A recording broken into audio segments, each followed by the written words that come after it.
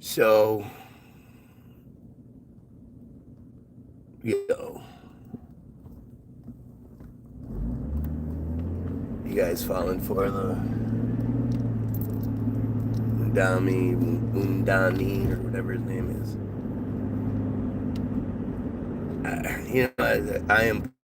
I really like. I really think she does is great. I think she's great at what she does, and it's unfortunate because whatever she did to her hair, she really fucked up. That girl was beautiful. It's amazing how like hair can make such a difference. But when she used to have long, beautiful hair, she was really, really pretty. I mean, she's got pretty facial features, but it's weird how the frame definitely makes the picture look better. But she's super smart. Like, you know, for me, she's attractive and she's super smart. Like, that's like, wow. I find myself so attracted to this person. Not in like, oh, I want to go fuck this brothers, but like just attracted to, drawn into this person. And it's weird because like,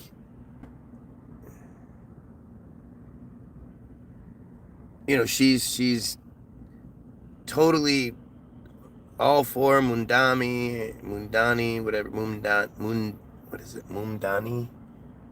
Mumdani, I believe, Mundani. She's all about that dude. And she was super happy with the election. She was crying. She was so happy that this guy got in it. And this guy you have to give him the credit, man. He put forth the not on our dime bill or whatever. And that's a shot, man. He's firing a shot if that's in fact the case. I mean, just because something has been proposed doesn't mean it's real. Doesn't like there's different aspects of this that are shaky. You should agree they are not. You should look into them. People should look into them because it's definitely an interesting thing.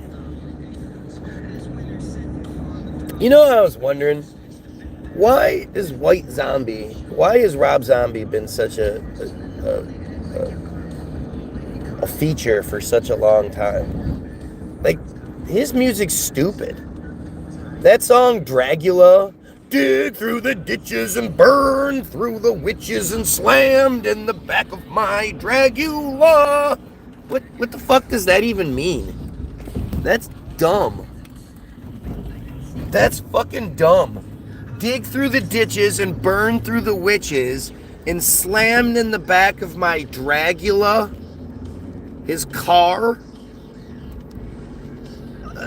And this guy, like, he's been a feature for, I would imagine he probably got famous in his early 20s.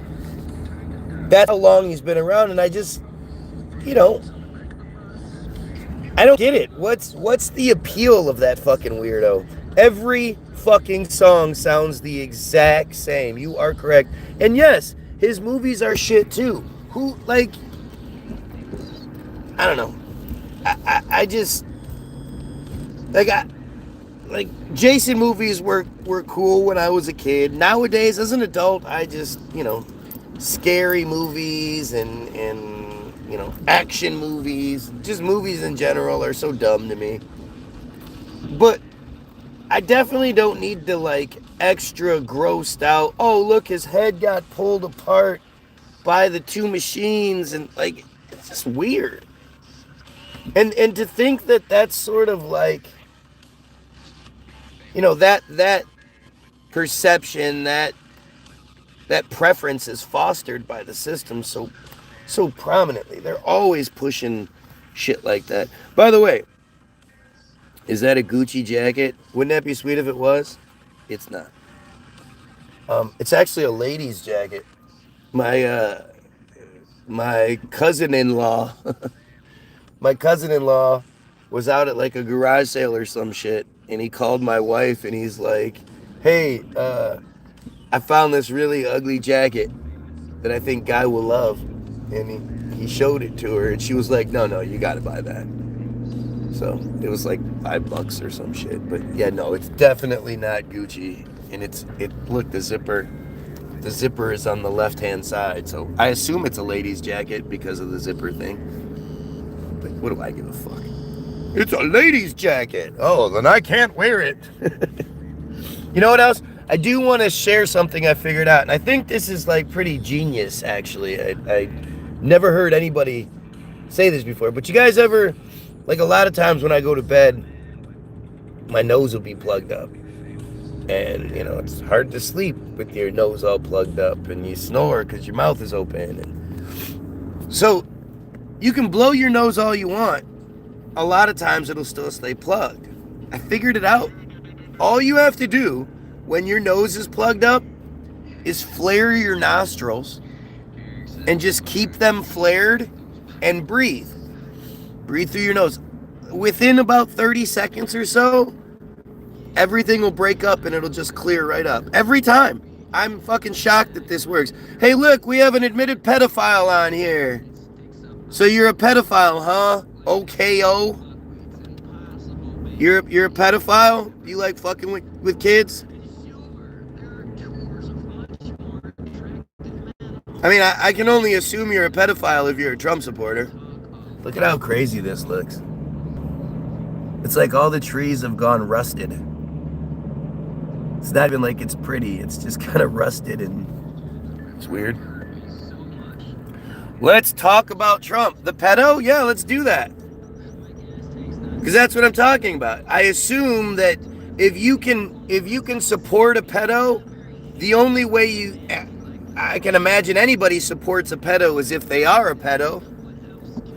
And you probably tell yourself, I'm not a pedo, I've never touched a kid. Yeah, well, the pictures you have, the videos, the links, you know, all your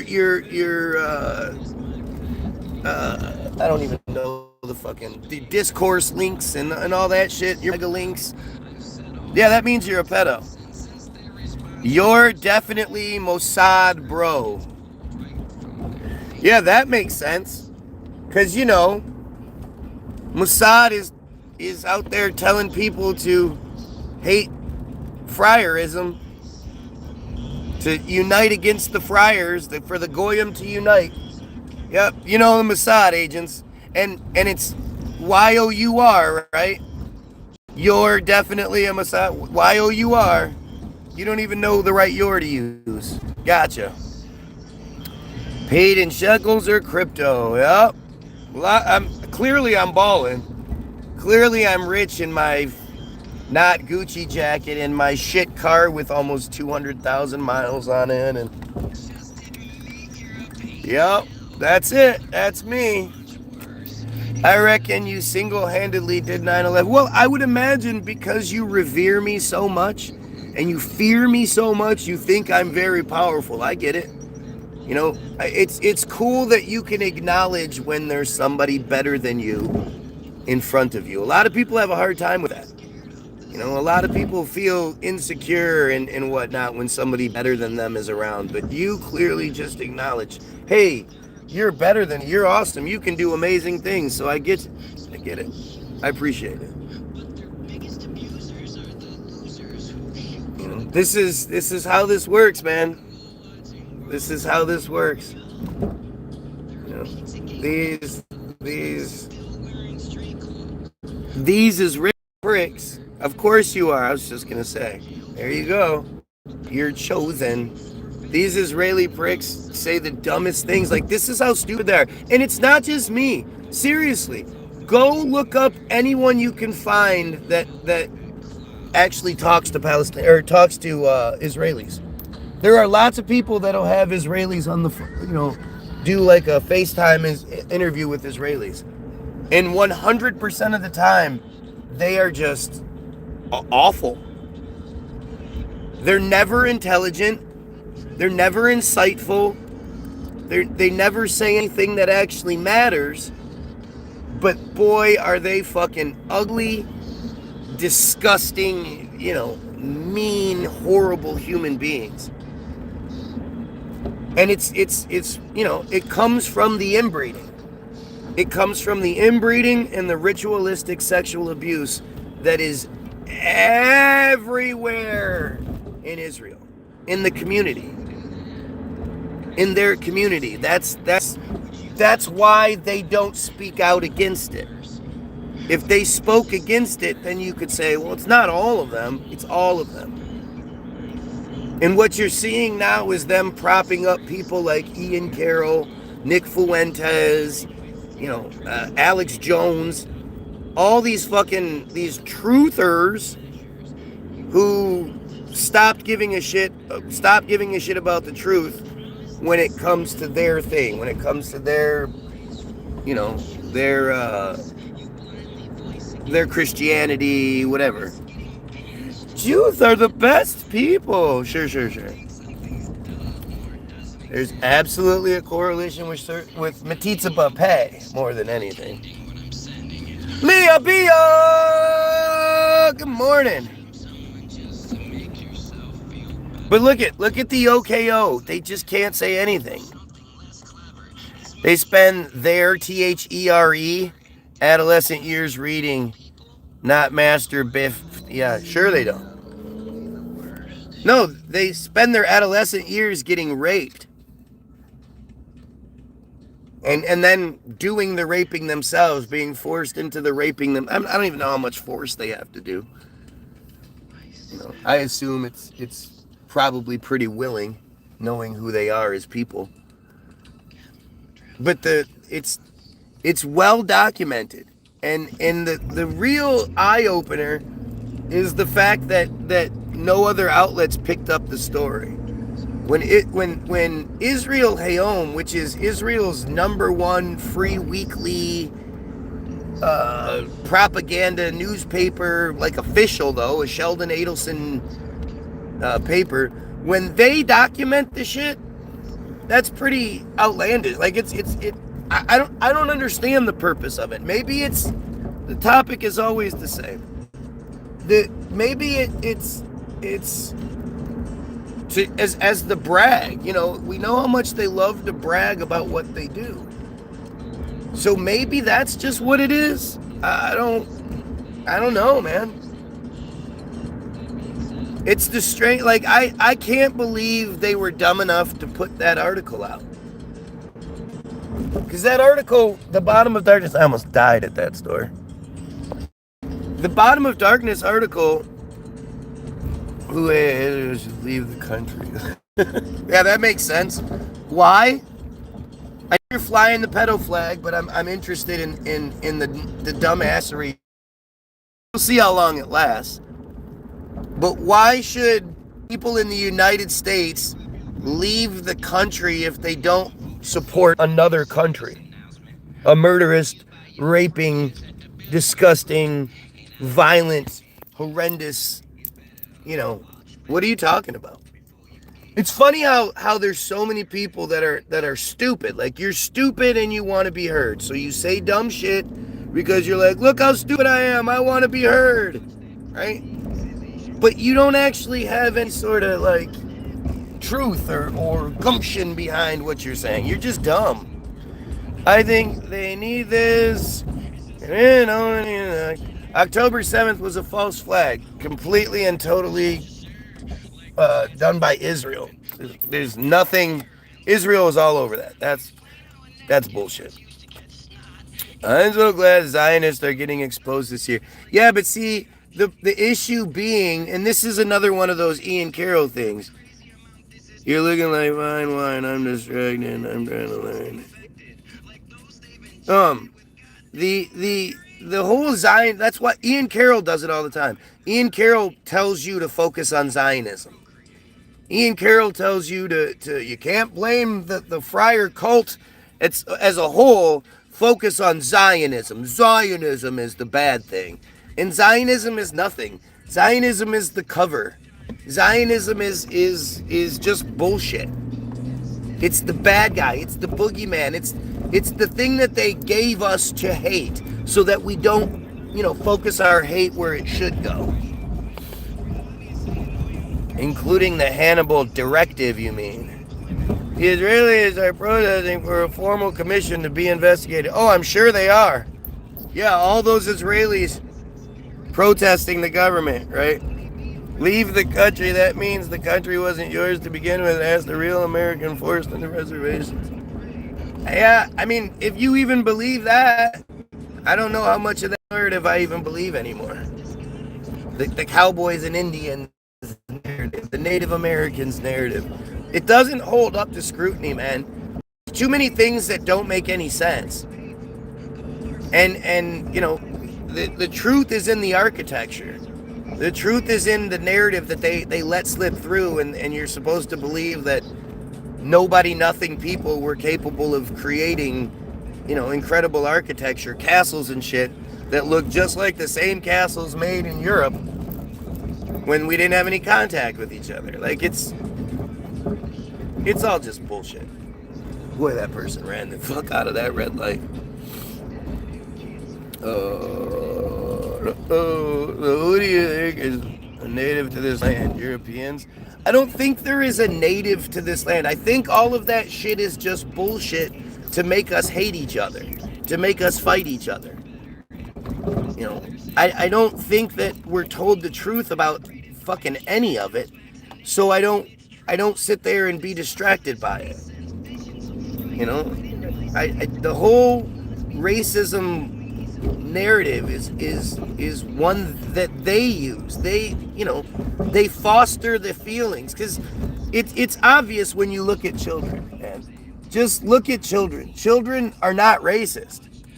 Children will play with whoever's there. Racism is something we learn to do, we learn to feel, we learn to see and exist in. And it's just a creation that they give us.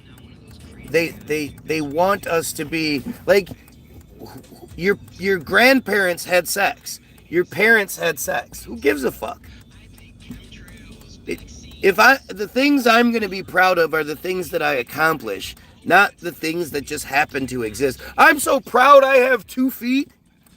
Aren't you proud you have 2 feet and 10 toes? Oh man, there are people out there that don't have 2 feet or don't have 10 toes. And so I'm proud to be one of those people that has 2 feet and 10 toes. Like, it's fucking stupid. Being proud of dirt, of your grandparents having sex, when it's not something that you can actually talk about. Because if it's like, hey, your grandparents were banging, fucking Gertrude was bent over and Harold was just hitting it. How do you like that, Gertie? He's like, oh, Harold, give it to me. Like that. Nobody wants to talk about that. Look at this old world building in the middle of the fucking hood. Who built that shit? Who built this building? I bet it's from like 1909 or, somewhere around that time. Racism equals control, for sure. Not saying that it doesn't exist. Don't get me wrong there. Like, there's a lot of people like Morgan Freeman who says the best way to deal with racism is to stop talking about it. Yeah, no, that's not how you fix it.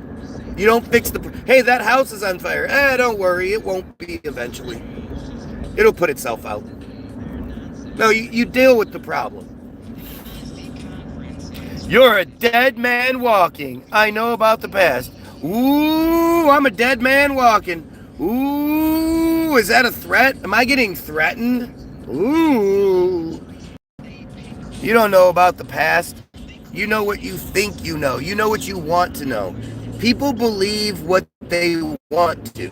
That's literally all it ever comes down to. You believe what you want to believe. Never mind what's shown to you. Never mind the evidence presented, anything like that. You believe what you want to believe. And that's that.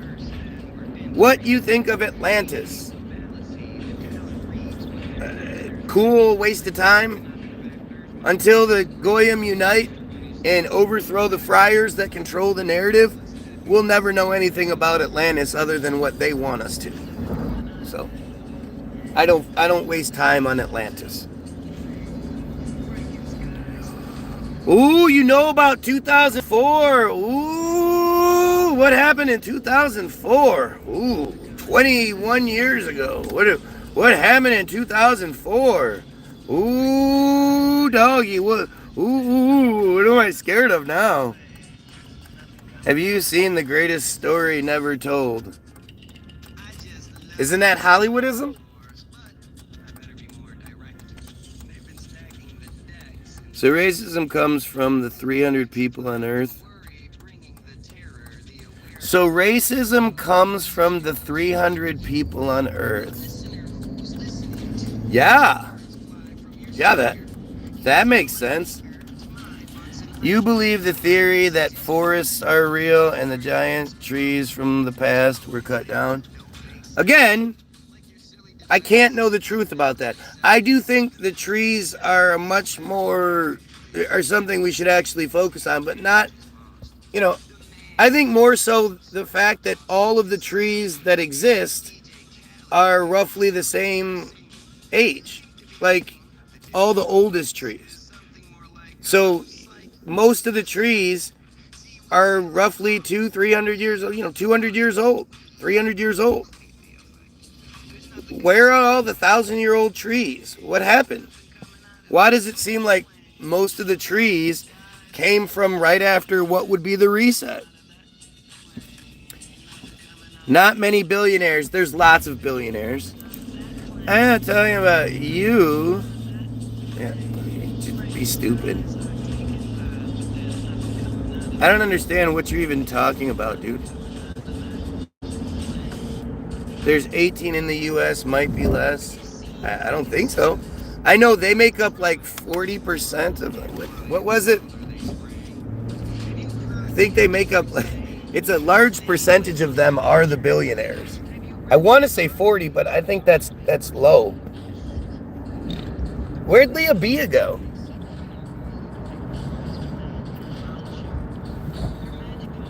Oh. And when it comes to anything like that, like, talk about a waste of time. First of all, for you to think you have the answers, like, if you look into who the richest man and who the richest person in the world is, it'll say it's Bezos, or I think it's Bezos or it's Musk or something like that. None of the richest people in the world list start with the Rothschild family, and then everyone else is a distant, second, third, whatever.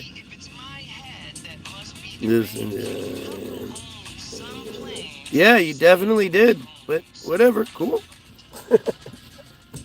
Just wondering what you're talking about. Some 2004 shit. I wanted to hear what you knew. Still want to know what you know. Good stuff. All right, Leah, just making sure. I like having some sense of home. We have at least one real person that I know of.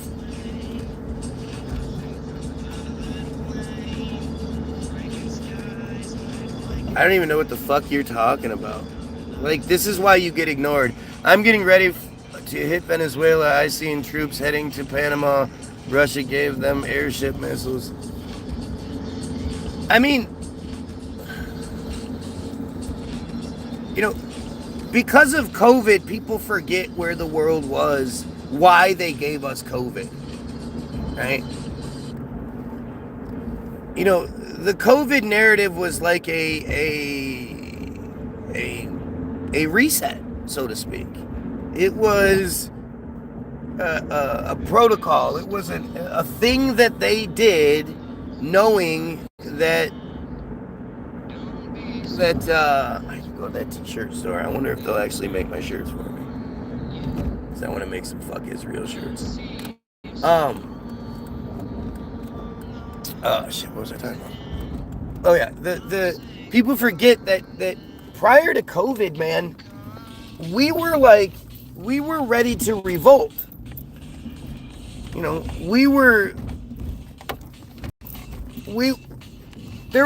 Does everybody remember the yellow vest protest? The yellow vest thing was happening everywhere. The Australia was in protest. Hong Kong, China was in protest. Like we were really fed up. And you know, of course, the whitewash, the orange washing of Trump, of the narrative, has I guess made people forget. But like we were so far, like we were actually close to unification. We were actually close to doing the right thing. And they were like, oh shit, let's give them COVID and, you know, we'll stop all that shit right away. And they absolutely used COVID to, you know, bring things back, to make us hate each other. I mean, if you... what's up, man? Pump 5? Out there. Thanks, man.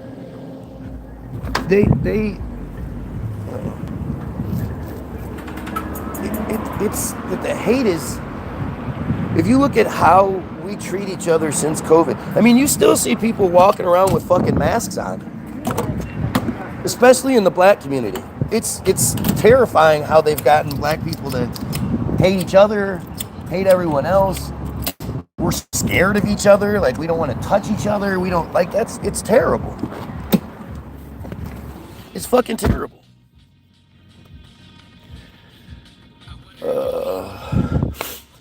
I saw 1 minute of Ian Carroll video discussing America or something. I scrolled on. Do you see? I mean, you know, the thing about the truth, Leah, everybody, is that once you see it, it's hard not to. So even if it's the chink in the armor, right? Even if it's me saying, hey, you know, does this Ian Carroll thing seem legitimate to you? Does that seem real? Does that seem like how things work? That somebody just appears in March of 2023? They just appear and suddenly Joe Rogan is sharing their stuff, and within a month or two they're on the Joe Rogan show, and you know, they amass 300,000 plus following almost immediately, and they're doing it by, you know, spilling the tea, by telling the secrets, by saying all the things that I get in trouble for saying, or you get in trouble for saying. And yet somehow Ian Carroll is you know, is that guy. You know, it's weird. It's just weird. You know, I can't directly say anything because I don't have any information. But I can tell you what I know, and what, you know, I have access to the same information you do. So it's what you could know if you wanted to.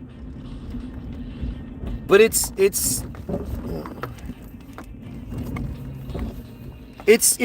something that you should fucking question. I don't watch anyone like that anymore. Just you keep it. That's kind of weird. That makes me feel weird because that's, you know, that goes against what I always talk about. But I can understand it. You know, this is something that you actually have seen not only grow but get censored time and time again, and you know, there's no doubting my authenticity at the very least. And I do believe that I look at things in a relatively unique way, and I would think that would appeal to some people who also see things that way. But, well, I mean, I'm not gung-ho about anyone. Right, I get you. That's kind of how I am, right? Like, it's like, you know, I still watch a lot of Ian Carroll videos, but the whole time I'm watching, there's just like that annoying little voice in my head. And it reminds me of Billy Carson. Do you guys remember Billy Carson? You know, Billy Carson, the black Ian Carroll, though not as Ian Carroll-y, not as not as focused on Israel and stuff like. But Billy Carson came out of nowhere. If Ian Carroll showed up in March of 2023, that I don't know. Billy Carson was right around, maybe his time sort of ran out. I don't remember. I know Billy Carson. I haven't seen much of Billy Carson in the last, say, I don't know, 6-8 months. I haven't kept track of how long I haven't seen the guy. But he was one that immediately I was like, why is this guy allowed to have hundreds of thousands of views saying similar things, but at the same time really, like, you see a similarity in all of them. They all believe in Jesus.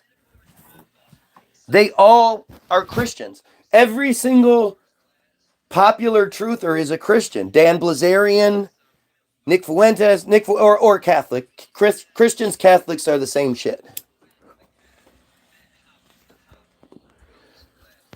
And none of them, not a single one of them, is willing to engage in a discussion with someone like me. What are you going to do when they force digital ID and require ID to use the internet, social media? I don't know. I'm going to be like everybody else and submit. They've created the addiction in everyone. We're all so addicted to social media. We're so addicted to being connected. I'm addicted to the information that I have access to. I don't. You'd be surprised if you went through and saw my previous videos, my viewed videos history. It can be stupid shit like video games. Some stuff I watch with my kids. But for the most part, like, I watch interrogation videos and shit like that. I like knowing how the mind works. A big issue for me, too, is I'm finding it harder and harder. Like Mind Unveiled. What the fuck is going on with Mind Unveiled? One of the most disappointing turns I've ever seen. Mind Unveiled used to be my favorite channel.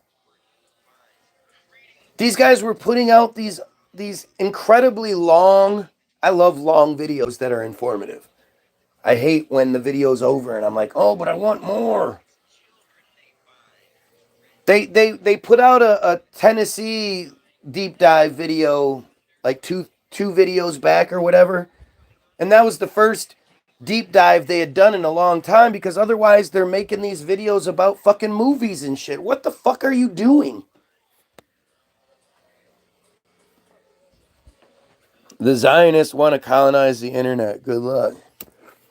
Yep, it's not the Zionists, though. You have to stop falling for Zionism.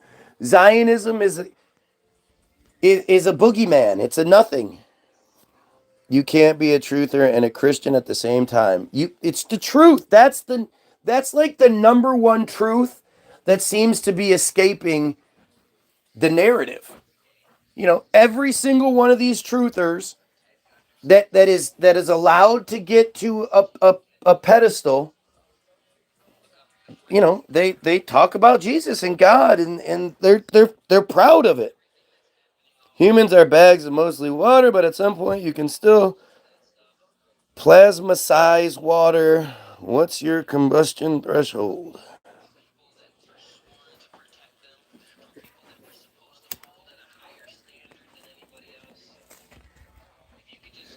Look at the dumbassery that comes my way when you can't debunk what I'm saying. You start saying dumb shit.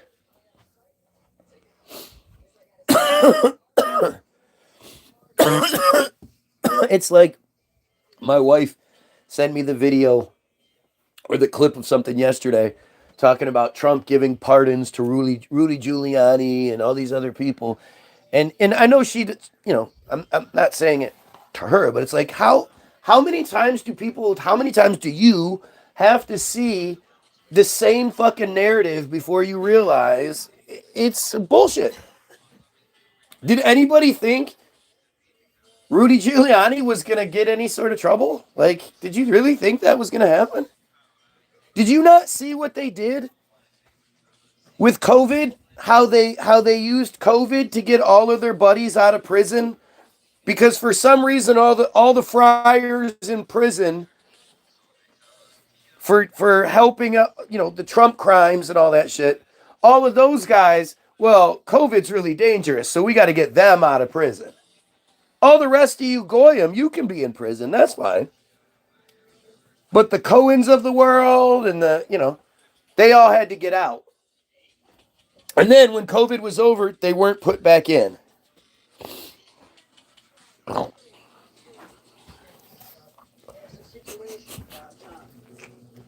They should hire me. But again, I mean, to me, it's so much bigger than any one individual spy or any one individual person. We've been doing this investigation. That's what these everyday feeds are. Trump said Sheldon Adelson comes to the White. Well, he's dead now, but he did. He came to the White House uninvited when he wanted to.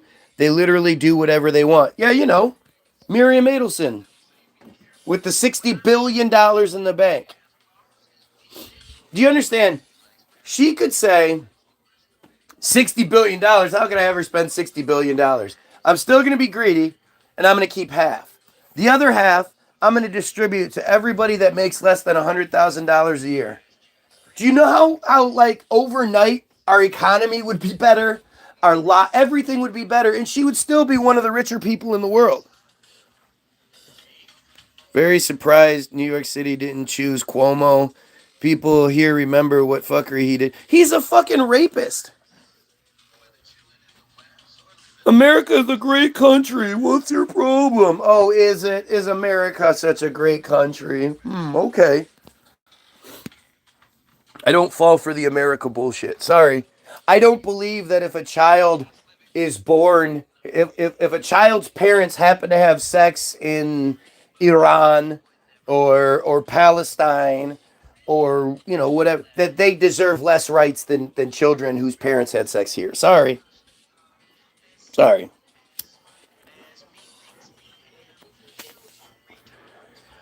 But see, Cuomo is attached to the like what people just don't understand.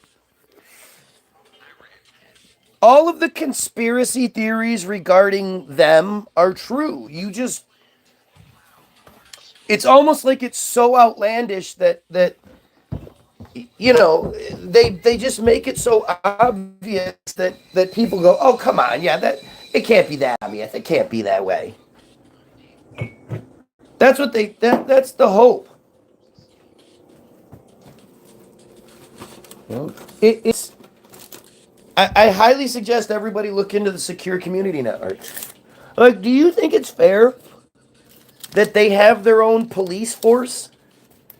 Do you think it's fair that they have their own ambulance service which work together to cover up their crimes? Yeah, that's what I wanted to read yesterday and I forgot. Let's see. We're gonna look into some good shit here.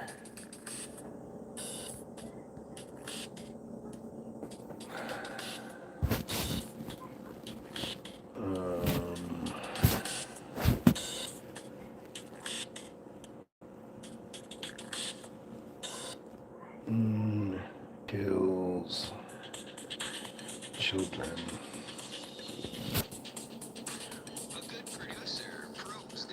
Whoa, there's a new one. I didn't know there was a new one.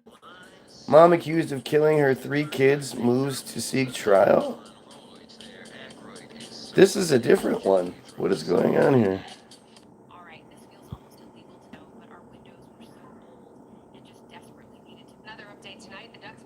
Massachusetts mother accused of killing her 3 children is trying to get her upcoming trial moved. Lindsay Clancy's attorney has filed a motion asking the trial be moved from Plymouth County to Suffolk County Court, arguing intense and ongoing media scrutiny makes it necessary for fairness reasons. Prosecutors claim Clancy strangled her children in January of 2023, then jumped out a window in a suicide attempt. Her attorneys say the fall left her paralyzed. The change of venue hearing yeah, but is it's scheduled so to much take deeper place than in that, 2 Leah. weeks. This is why I do what I do, because people really just realize it. So what I'm talking about is the New Jersey mother. New Jersey. Okay, so the story is New Jersey mother said she murdered 2 daughters for religious purposes. Right? This is it. They don't even hide it. And the thing is, the Bottom of Darkness article shines a much brighter light on this story, but it's not allowed to go there, right? So, a New Jersey mother charged in the murder of her 2 young daughters said she committed the killings, quote, for religious purposes, according to court documents. Naomi Elkins, if you can see it, yeah, she's 27. Seriously, this broad is 27. If I said she's 27, you gonna believe me? Look at her fucking dumb inbred face. Area Jim Temple is fenced and gated off with police 24/7. You don't see that at mosques or black churches. Of course not. Of course not, because the money isn't there. Because there's no the Secure Community Network alone raises and distributes $2 billion with the B billion dollars annually to friars in North America. And that's just one 3-letter ABC organization, JFA, JNA, ADL, all these different organizations that are like so this thing with Mumdami, where you have the ADL Greenblatt coming out and saying that they're going to create a special monitoring system for him. The fact that that they come out and say it like it's not even a thing is crazy. Casper Carter, he does work at the Friar Temple here. It is so weird the things he sees. It is gated off and stuff. Yeah, they're fucking they're raping children. It's a big issue. It's interesting that even with the false narrative that we're given, them killing and raping children for ritual purposes goes back all the way. The Mumdami Watch, right? If anybody was like, oh, hey, there's a Jewish guy that got elected, we're going to create a specific program to watch him because we don't trust the Jews. Do you know how much trouble they would be in?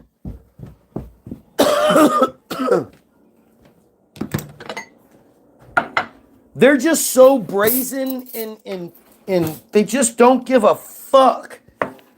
Because they know they have so much absolute control and power that they can just be like, oh, we created the Mumdami Watch because, we don't like him. He's a Muslim. He's an Indian guy. We don't like Indian guys. Now, I'm not saying I'm falling for him even slightly. When it comes to any sort of political figure, it's a wait and see 100% of the time. They can say all the shit that I want to hear, but at the end of the day, if they're, it depends on their actions.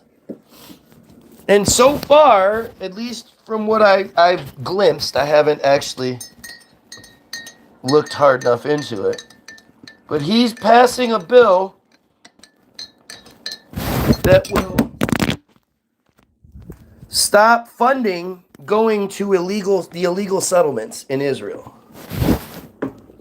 Which but see that again, that just makes the narrative weird to me, because Israel is an illegal settlement. The entire thing, there is, like, Israel shouldn't exist. The narrative behind the existence of Israel is fucking insane. And I've said it for years that the world wars were about instituting Israel. It was about creating Israel. World War I was about putting the British in charge of the Palestinians, creating British Mandate Palestine, which basically just softened the Palestinian people. So for the next 30 years, they didn't worry about a military. They didn't worry about a government. They didn't worry about any of that stuff because the British took care of it. The British had their back. The British, did the governing. So when the British were suddenly redirected after World War II, because, what happened to them in Germany means the Palestinians have to pay for it. They do have that pool body of water, the mikvah. Yeah, the mikvah. It's disgusting. It's basically, nasty ass water that's been it's what do you call the water? Stagnant water that's been sitting there for who knows how long. It has to be collected in a certain way. It can't go through a pipe with a bend in it. Like, there's all this dumb shit. But it's basically just old nasty water that the women every month after their periods, after they think they're done, they go to the mikvah where they're checked. And if there's any blood, they got to wait a week and come back. But if there's no blood, then they go immerse themselves in the mikvah to cleanse themselves. And then run home and have sex with their husband because now they're clean. It's insane. Yeah, that's called a mikvah. Alex, our son, is cool with it, and they play on both sides. It was also to decrease the population of fighting age men. It was a culling.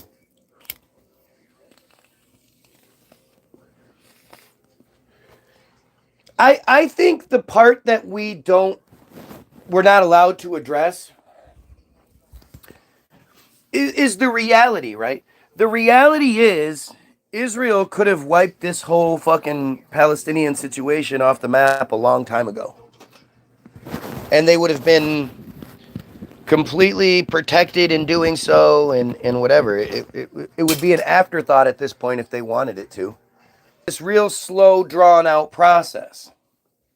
And the reason being because they're psychopaths. If you kill all the cows, what are you going to eat in 10 years or in a year or whatever?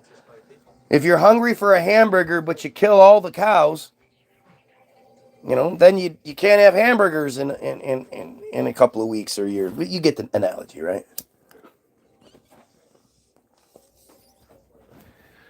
And they really like spilling blood, killing,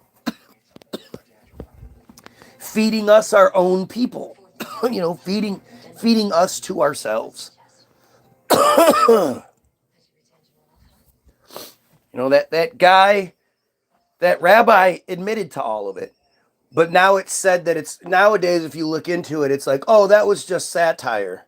Didn't sound like it.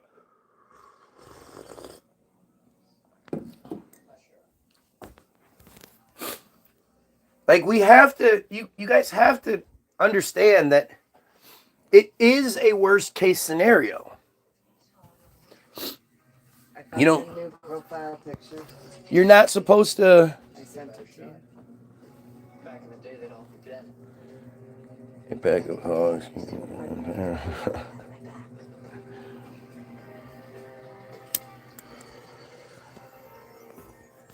I don't remember what I was saying. Tracy, they took You know, oh yeah, that's it. You have to understand that maybe, just maybe, they're horrible, horrible people. Show me a video of settlers being awesome. Show me a video of settlers being the type of people you would want to live anywhere near. You know? These are horrible, horrible, disgusting people. And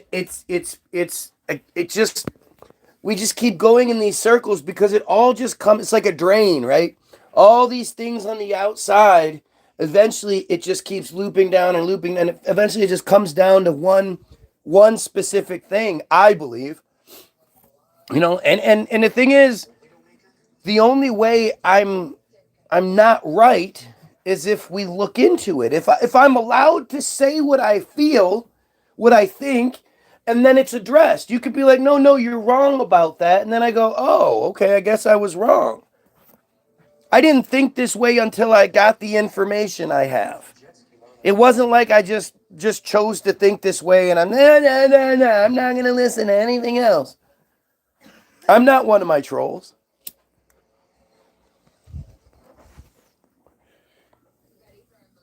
But like, it's, to me, when you connect the dots, that the most important thing about my perspective is my perspective isn't some crazy conspiracy shit. I'm not telling you, oh yeah, I saw this memo this one time from this trusted Alex Jones bullshit. I have sources. My sources in Washington tell me, you know, that they passed me this memo, and I'm not going to show you the memo, but, you know, I'm not doing that. I prefer to use their sources. I literally, very rarely do I veer out of the realm that they create to get an answer.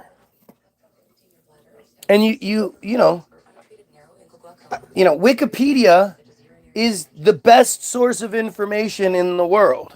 It's the number one source of information in the world. And it's absolutely controlled by Israel. And the link to proof is in the description, but I'll even show you that same video here today, just for the gits and shiggles of it. Because this is super important. You guys have to understand what we're up against. This is Naftali Bennett speaking to the IsraelNationalNews.com. Naftali Bennett being, at the time, he's future Prime Minister Naftali Bennett, back in 2010. Now, today, he's former Prime Minister Naftali Bennett. Moetzet Yesh, in conjunction with My Israel, has arranged Instruction Day for wiki editors. The goal of the day is to teach people how to edit in Wikipedia, which is the number one source of information today in the world. As a way of example, if someone searches the Gaza flotilla, we want to be there. We want to be the guys who influence what is written there, how it's written, and to ensure that it's balanced and Zionist in nature. Okay? So using Wikipedia is the source, might not be true, but it's the truth that they want us to have.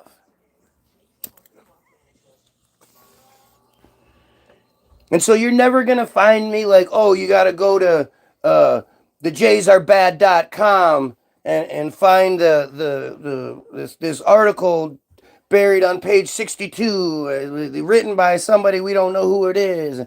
I don't do that. I want the information I use to be stuff that anybody can find. And so,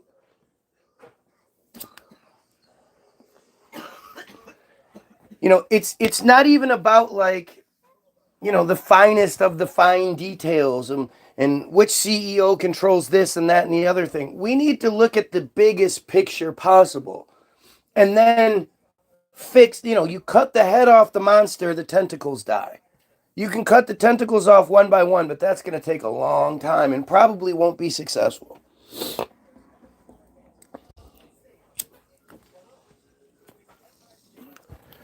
But this is a story I was just reading you. Naomi Elkins, 27, of Lakewood Township, was arrested on Tuesday after admitting to killing her 1-year-old and 3-year-old children.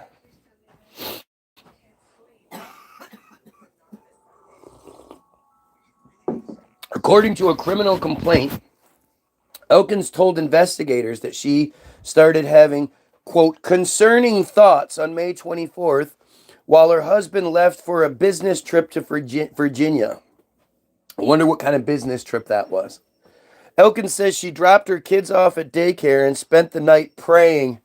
Gosh, how well did that work out?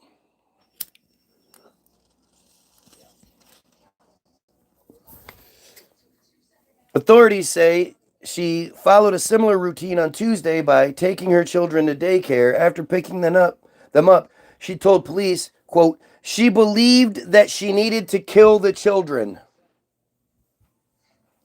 When officers arrived at her home on Shenandoah Drive around 4:50 p.m., a serrated knife with a red handle was found in the sink, and 2 bathtubs were filled with water. Investigators say she stabbed her 1-year-old and then drowned both children. Emergency responders tried to perform life-saving efforts on both kids but were unsuccessful. After drowning both daughters, she claims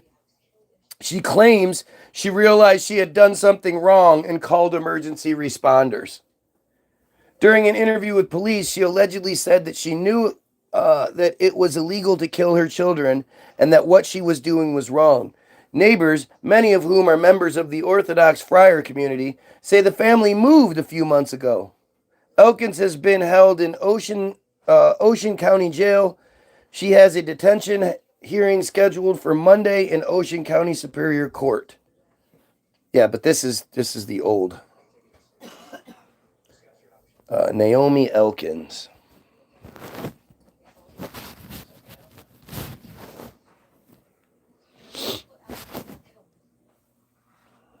Let's go with news and let's go with sort by date so we get the newest of the new.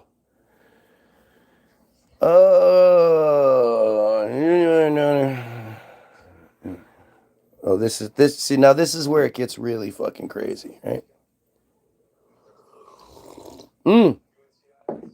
Yep, these are my sad hallucinations because it's schizophrenia.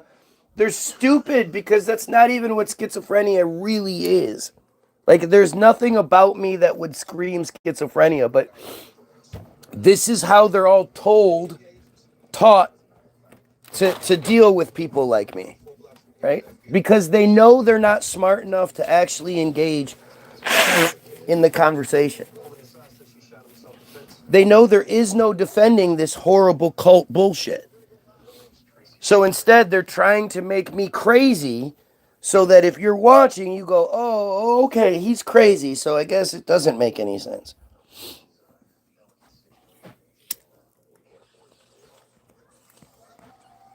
Naftali Bennett? Is that who you're talking about? Good old Naftali. He was prime minister from June of 21 to June of 2022.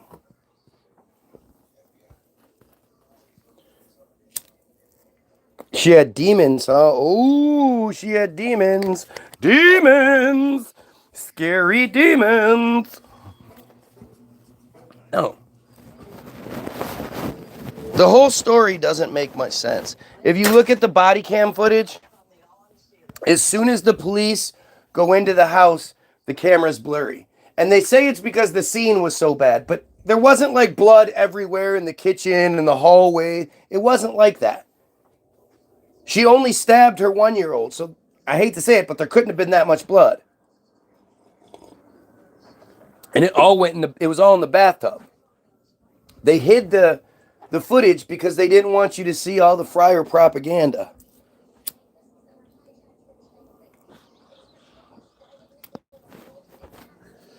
Yeah, see what you can find out. See if you can find anything that I'm saying that's wrong.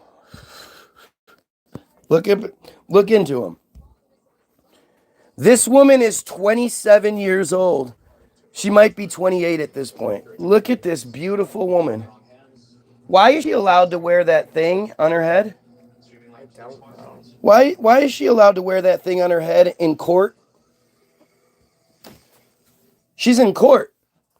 Are we to say that her goofy ass religious stuff overrides United States courtroom procedures?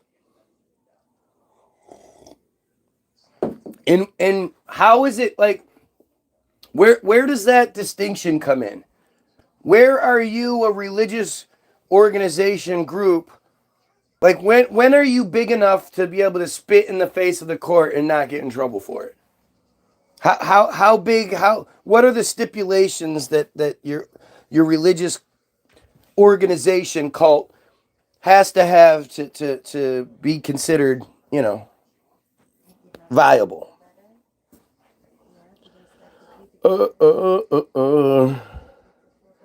Friar propaganda.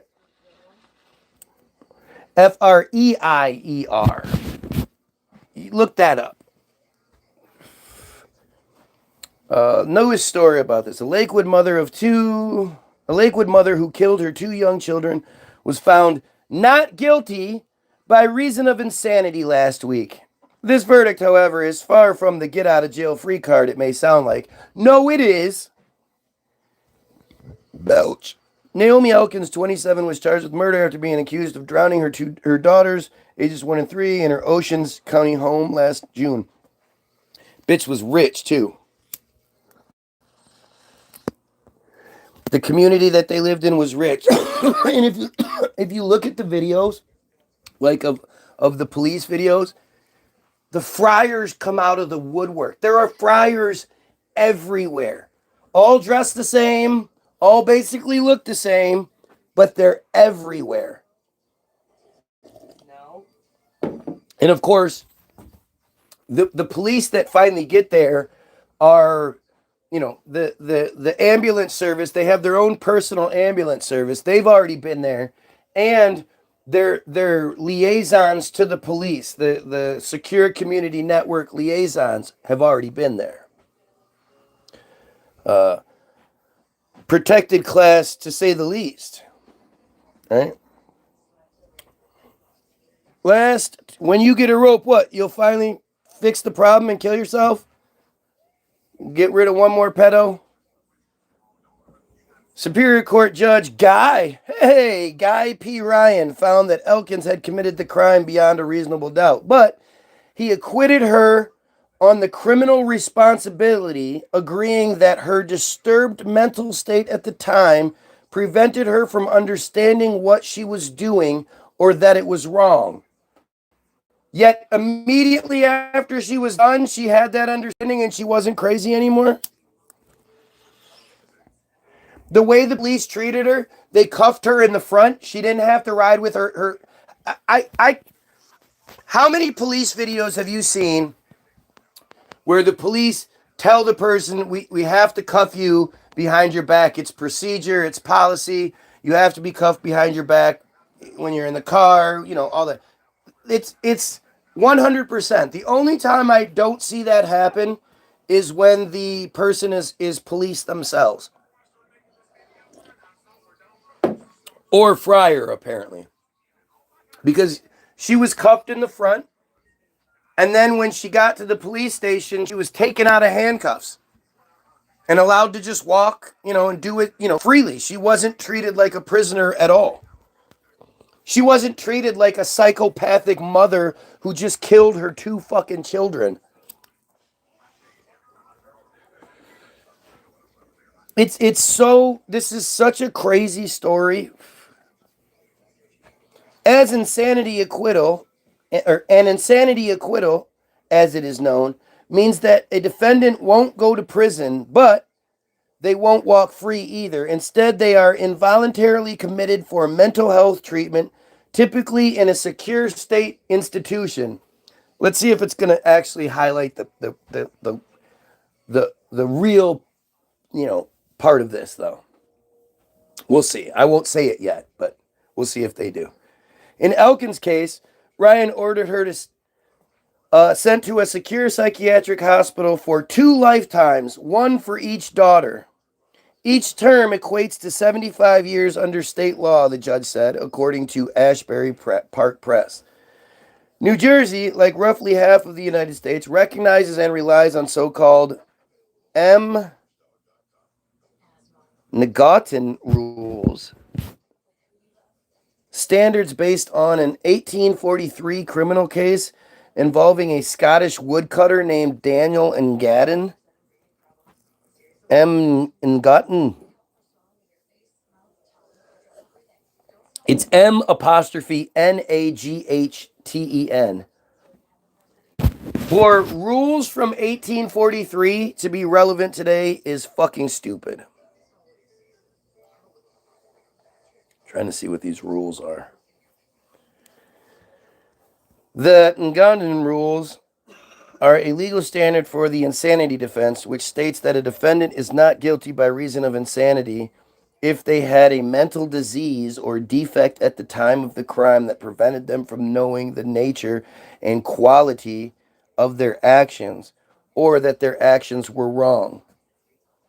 Originating from an 1843 court case in England, the rules are still used in about half of the United States, while other jurisdictions have adopted different. This is a court case from 1843 out of England, and it's used as a standard here in the States. How does that make sense? So what was it then? Blood libel or just a cult sacrifice? I couldn't tell you. I mean, blood libel is the killing of Christian children and then using that blood for ritual purposes. I think it's probably more bottom of darkness. Where the children are ritualistically, sexually abused. And apparently they were, discarded. But I don't know for sure. I don't know. Here, let's see. Suffering from paranoid delusions, Ngaten assassinated a civil servant he mistook for his real target, British Prime Minister Robert Peel. He was found not guilty on grounds of insanity by a jury, an unprecedented verdict that caused a public outcry. The case forced British legislators to establish the Ngaten rules, which hang the definition of legal insanity on, quote, a defect of reason from disease of the mind. What kind of crazy shit is that? Disease of the mind, huh? Under the rules, if that defect kept a defendant from understanding the nature of their crime or that it was wrong, only then can they be proved not guilty by reason of insanity. I mean, again, so all you have to say is, at the time, I didn't know what I was doing was wrong, and our situation believes you. You don't see this happening right now?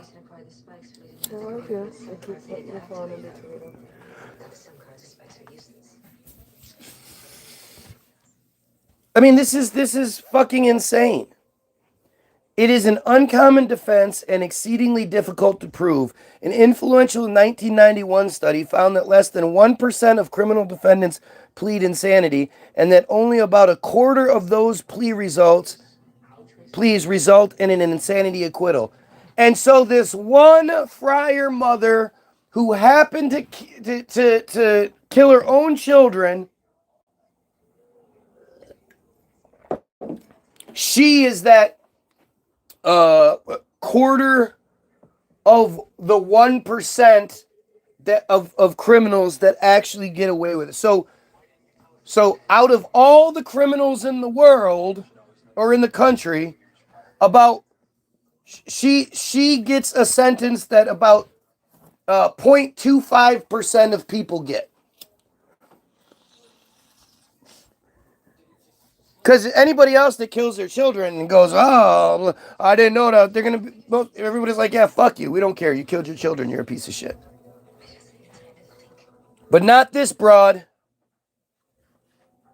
Somehow, at Elkin's 90-minute trial, 90 minutes, in 90 minutes, they were able to prove that this woman was of the 0.25% that fit this specific fucking thing. I mean, if you can't call that a conspiracy, what? You just believe it? People are masters of bending laws and loopholes. They wrote them. They wrote them. They arbitrarily enforce them however they see fit.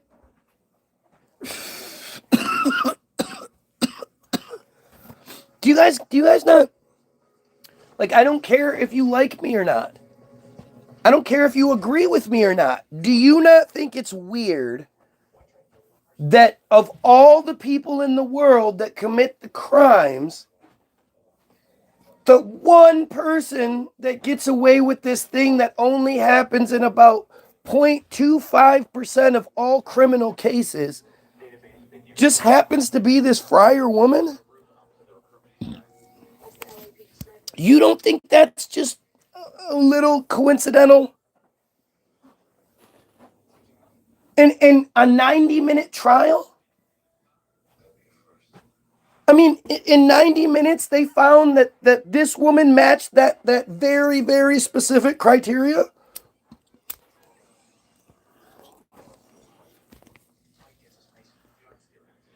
If you believe that, you're a fucking, you're the dumb goyim you're supposed to be.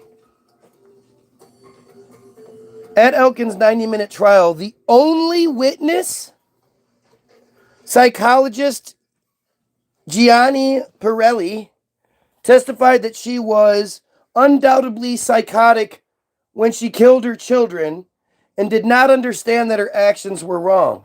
How do you say that? She said that for days she felt it brewing. She prayed overnight about it. She prayed overnight because she knew it was wrong and didn't want to do it. And her story actually goes back a lot deeper than this. Like, she has mental issues from way back, I guess. Don't do it.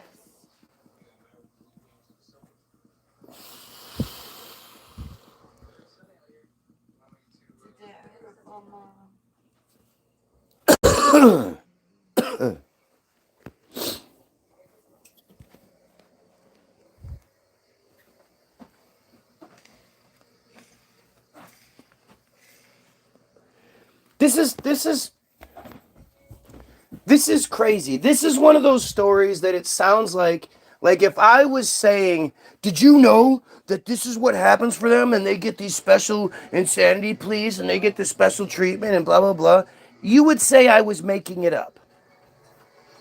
If I was just telling you this narrative off the top of my head, you'd hide behind that I'm just making it up.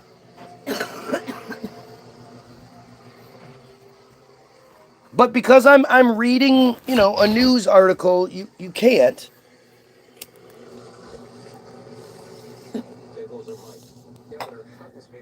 But how, if I was gonna write a narrative that to show you just how unfair the system works to their advantage, this would be one of them. And what would you say? So not only does she get, so did you hear this? Listen to this. It is an uncommon defense and exceedingly difficult to prove. An influential 1991 study found that less than 1% of criminal defendants plead insanity, and that only about a quarter of those pleas result in an insanity acquittal. So the Fryer woman that killed her 2 kids, she's the one that gets that sentence. Of all the people in the world, she's the one that gets the insanity acquittal. The 0.25% of all criminal cases, she meets that criteria according to the 90-minute trial where only one witness, psychologist Gianni Pirelli, testified that she was undoubtedly psychotic when she killed her children and did not understand that her actions were wrong. And that was enough to get this one broad the impossible sentence. Now, I don't think people understand. They think that that means you're going to be locked away in a psych ward. That doesn't mean that. She is. So, I mean, that's the I'm waiting to see if they... But what they do is they put them in the psychiatric facility, and then they get evaluated. If they are deemed at that time that they're okay to be on their own, they release them. I know. They don't even keep them. I know, and I was waiting to say that part, but you just spilled it. I was waiting to see if the article would say that part before we said it. Sorry. But that's she spilled the tea. That's the thing. At the end of the day, if the ward that she's sent to decides that, well, she's not crazy anymore, she gets to go free. That's what the insanity acquittal means. She's acquitted on all of the criminal charges because for that half hour or hour that she was doing it, she went crazy. She couldn't tell. It's specifically... She couldn't tell. She could not tell the difference between right and wrong. Right. That's it. That's all that She is. testifies that for days prior to, she felt it coming, and she actually prayed about it. She dropped her kids off at daycare and prayed that nothing. But then one day she just picked her kids up and she was just crazy. I mean, I get having a psychotic break. But Not to you that don't, degree. Like, snap out of it right away. Unless you're schizophrenic, She's not. you know, in which case you do need to be permanently housed. Yeah, she's not. That's not what's being said here. And my thing is, like, why is it okay to let them go? Because if that's already happened to them once, who's to determine it's not going to happen again? Well, the doctors, apparently. You just had that random... There's this insanity fairy that just flies around, and it possesses you every once in a while. I get that, but... No. Psychotic break, I'm going to stab my 1-year-old and then drown them in the tub and then drown my 3-year-old who was trying to run from me and pleading with me, Mommy, don't do it. Yeah, no. Pirelli, who said he interviewed Elkins for a total of 11 hours, said she'd been grappling with mental health issues since at least 2018, according to the Ashbury Park Press. Severe postpartum psychosis led Elkins to believe it was her job to bring about the coming of the Messiah, and thought that if she destroyed her children, she would be destroying an evil in the world.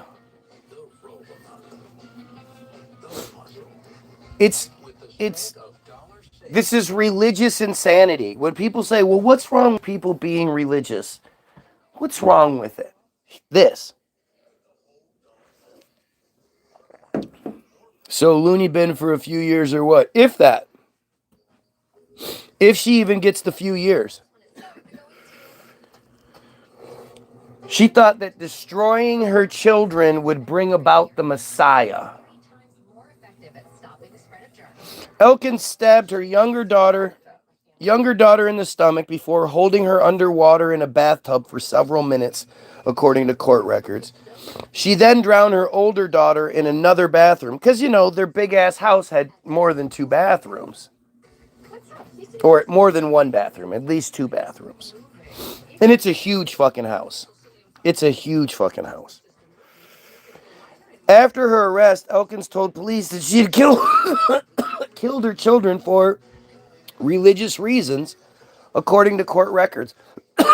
Why wasn't this one of the biggest stories in the country? How come so many of you are hearing about this for the first time?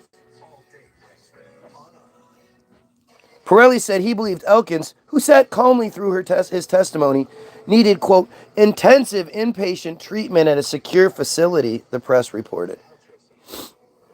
Do you know how many people with mental issues are rotting in prisons? Not getting any sort of treatment or anything, just getting the worst treatment possible? Ocean County prosecutor Bradley Billheimer later said the state agreed with Pirelli's conclusion that Elkins was insane at the time of her crime. It's not even a close call, but she's sane now. If she's no longer insane, then what is she doing in a mental facility? If she was insane at the time of the crime, and then immediately called the police afterward and said, I did this was wrong, well, then she's not insane anymore. So she shouldn't be in a mental facility working on this insanity blip that hit her radar for a second. How long has she been there? What do you mean? How long has she been in the mental facility? Just like old times. Well, since the crime, it happened in... Has it been years? This was the latest update as of April 2025. She killed her children. This is her in court, July 29th, 2024. So it's only the killing happened in... Okay, so she's been in the psychiatric for a year. At least, maybe. That's not, what we were describing. She wasn't just sent there. They went, oh, okay, well, you're fine now, and let her go. Like, they've kept her. A year's a significant amount of time for a mental institution to keep a patient. No, it's not at all. Especially not when it comes to crimes involving friars. A lot of times they send the people to mental institutions because in a mental institution they can't be interviewed.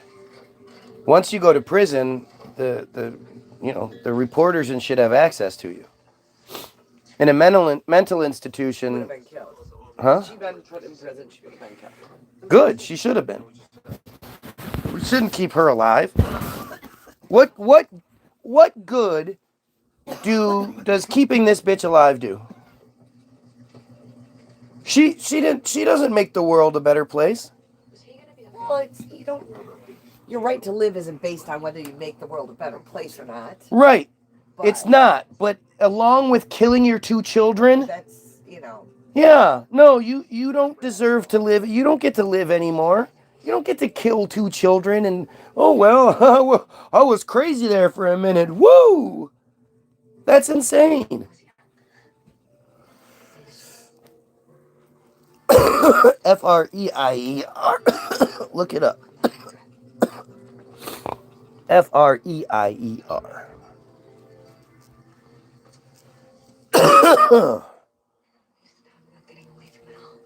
This is the Times of India. A New Jersey woman who killed her 2 daughters in what she described as a religious act to purify the world has been found not guilty by reason of insanity. Why didn't she kill herself then? They never do. You're trying to purify the world. They never do. Weird how it works. Look, we have this Neno character who, unlike everybody else who's here and hears what's being said, is like, holy shit, that's horrible. She killed her kids, blah, blah, blah, blah, blah, for ritualistic purposes and religious purification. Wow, that's awful. This person has an issue with me talking about it. Why would anyone take issue with me talking about this?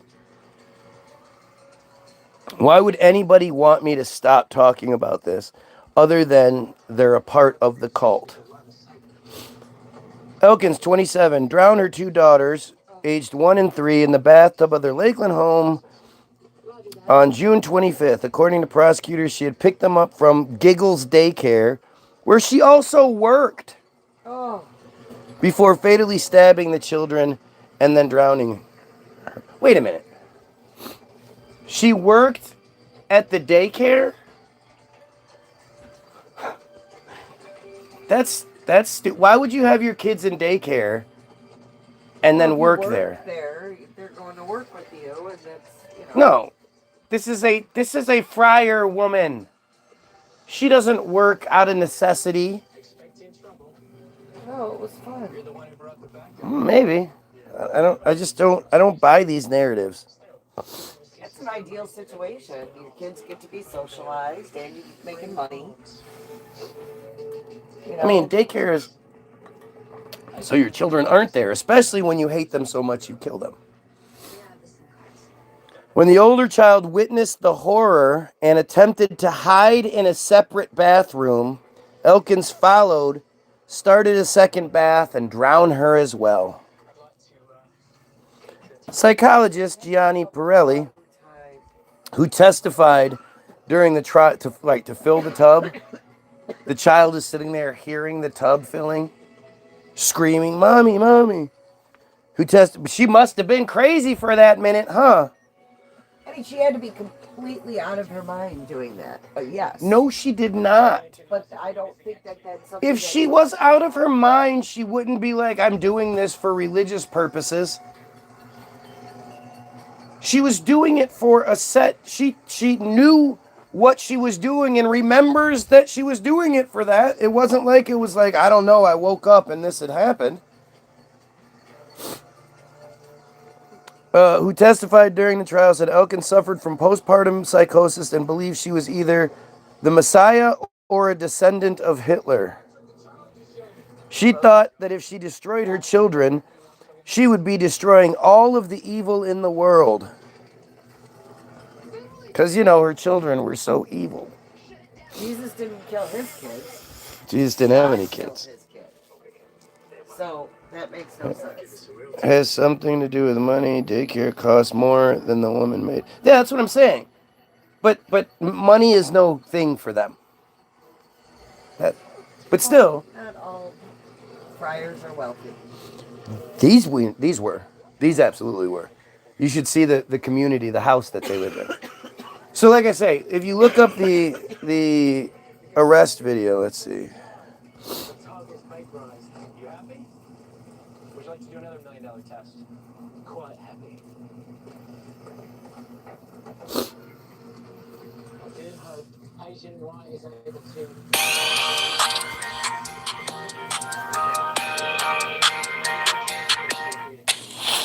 Opioid addiction gets between you and what you love. Once month. Not if they like it too.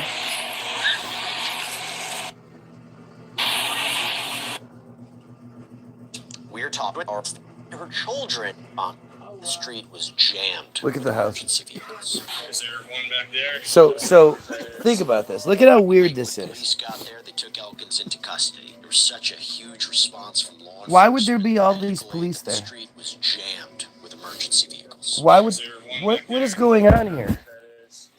Mine's like a block and a half. There's like 30 cops there. Undercover cop cars. There ambulances. There's all sorts of shit here. What is going on? This isn't a response. Look how big the houses are in the neighborhood. Those are $400,000 houses easily. Whatever. I mean, And it's all friars. Look how many friars are in the background too.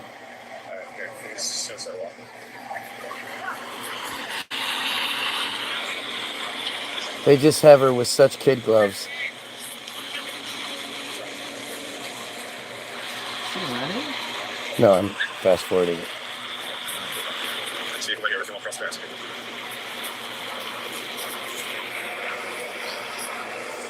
She's cuffed, right? I don't know. I can't tell. Is she out here or not? I don't remember if she I- did that. She was on a call. She's not cuffed behind her back. It doesn't look like it. She should be cuffed behind her back. Because that's procedure.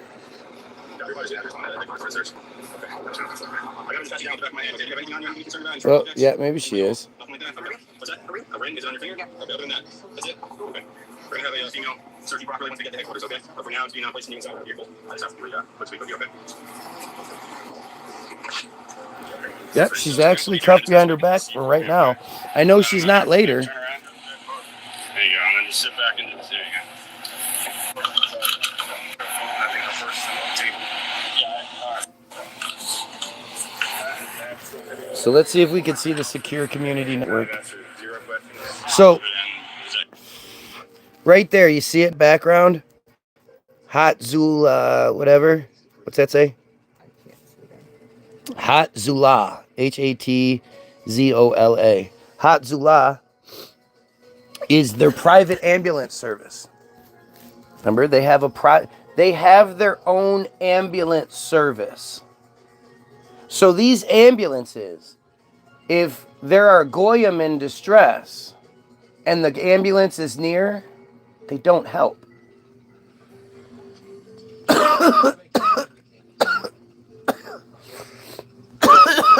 These ambulances are specifically for them. And they're all really high level, best of the best. And when you have your own ambulance service, you have the ability to cover up the crimes.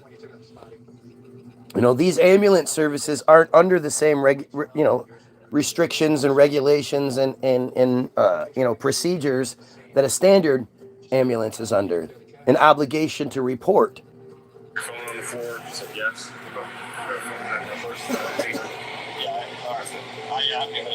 Boy, it sure is framed well. And then just look at how many people are there. Look at all of the cars. Look at this undercover car right here in the front. Look at all of the police cars that are here. It's not like it was a violent scene. It's not like there was still, yeah, there's 2 dead babies, but it's not like there's, a threat to anyone. There's a gunman out. There's somebody, why would there's no other crimes that all these cops need to be addressing at the time? I don't know where they're at. So Affluent Jewish neighborhood. It'd be like Northville. Yeah, all the cops would be there. No, they wouldn't. They absolutely would not. I've gotten in trouble in those kinds of situations. Not that as bad, but the amount of cops that were here. Okay. Was astounding. Yeah, it was. We had 8 cops standing at our front lawn. Right, but this is all around the entire. Like this looks like at least 50 cars. There's at least 50 cars. There's multiple. It just doesn't. There's no active scene here. There's nothing that needs to have this much police attention. If anything, having this many people and this much action compromises things. The more people involved, the more contamination, the more disturbing of evidence, Well, they're not all in the house. I'm sure that's contained. to some degree, but then why would they all be there? What would they all be doing? Nothing better to do. That's not, but there's nothing, I get if there's some sort of action, but they have no action here, and there's other crimes that are out there. I'd like to still get confirmation on that. Yeah. There's tickets to be being written. All these undercovers, both sides of the street, up and down, and then around the backside, it's the same thing. Oh, so here. So now we're going to watch what happens when we go inside the house, because they're pretending like there's blood floor to ceiling throughout the entire house. A 1-year-old got stabbed. Look at the whole house is blurred out. So you can't see any of the Friar propaganda throughout. That's why it's blurred. They don't do that. If they come in your house, the only thing that's not shown is shit that compromises things. They wouldn't have it just completely. 22-month-old in the chest, stomach, and held her underwater in a bathtub for several minutes. She told investigators that her older daughter, just 3 years old, saw what was happening, tried to hide from her own mother. But according to evidence submitted to Superior Court Judge Guy P. Ryan, Elkins put the little girl in a bathtub in a separate bathroom and got on top of her, holding her down while the tub filled up with water. Oh my God! So it's even worse. Oh, yeah. So she got in the tub on top of her daughter while her daughter is pleading, crying, screaming, knowing what, and then turned on the water. So the daughter is in the tub feeling the water coming up on. Oh my, this is a person that doesn't deserve to go to prison because they were temporarily crazy. Are you fucking kidding me?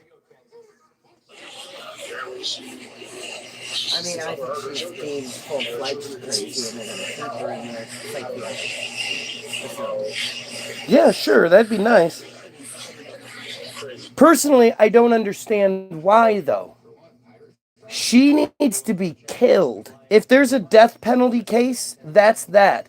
There is no benefit to the world keeping this woman alive with our tax dollars so she can be in this facility. I guarantee it costs hundreds of thousands of dollars to keep her in the facility each year. I hear what you're saying, but trying to police that, like, to what end? To what end? If you kill your two children across the street, she doesn't benefit the world at all. Do we go ahead and? If she kills two children, yes, you're saying I'm just like picking people. You're just picking people out. No, there was a horrendous crime here. There was a horrendous crime. This isn't a person who cured cancer and is working on a cure for AIDS and then happens to kill two children, so we need to keep them alive so they can give us the cure for AIDS. This is a piece of shit drain on society as it is. Who killed her two children? Where's her husband in all this? He was on a business trip. He just happened to be on a business trip, of course. Does he, like, have sympathy for her? Does he go visit her? Like, do you know anything? No. How when you look at the scene, and the scene is just full of friars everywhere. How did they all know to show up? All the nosy neighbors.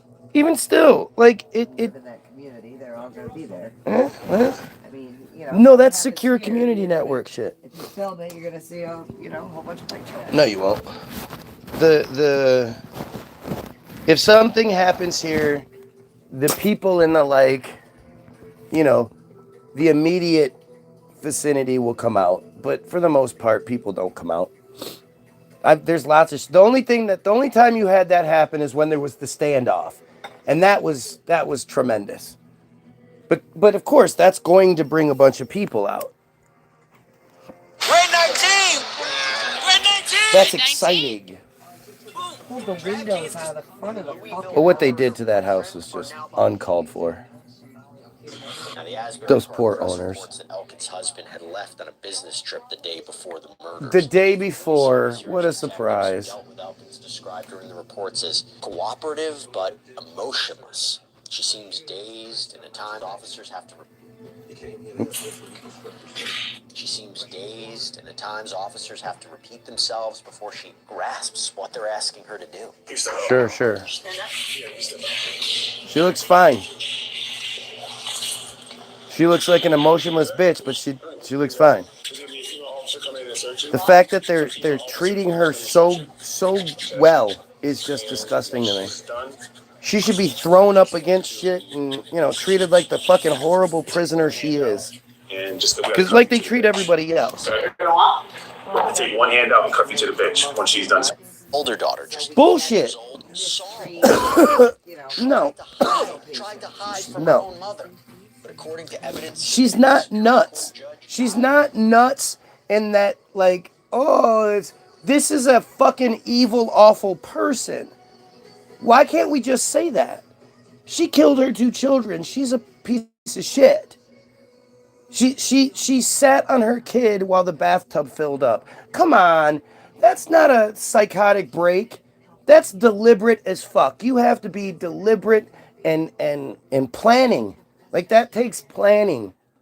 That's not spur of the moment. Oh, I'm just going to do this. This is a psychopath. Why is it okay to be Islamophobic but not anti-Semitic? Well, because anti-Semitic is the wrong word. It's really weird. Because it's telling in that they don't just call it anti-Jewish. Like, they use it as it's anti-Jewish, but they don't just say that. Why? Because it's really important that you understand the distinction. Anti-Semitic, first of all, Semitic is everybody. All of the people in that region, the Palestinians are the Semitic people. New study came out by them saying that 95% of Israelis don't have Semitic blood.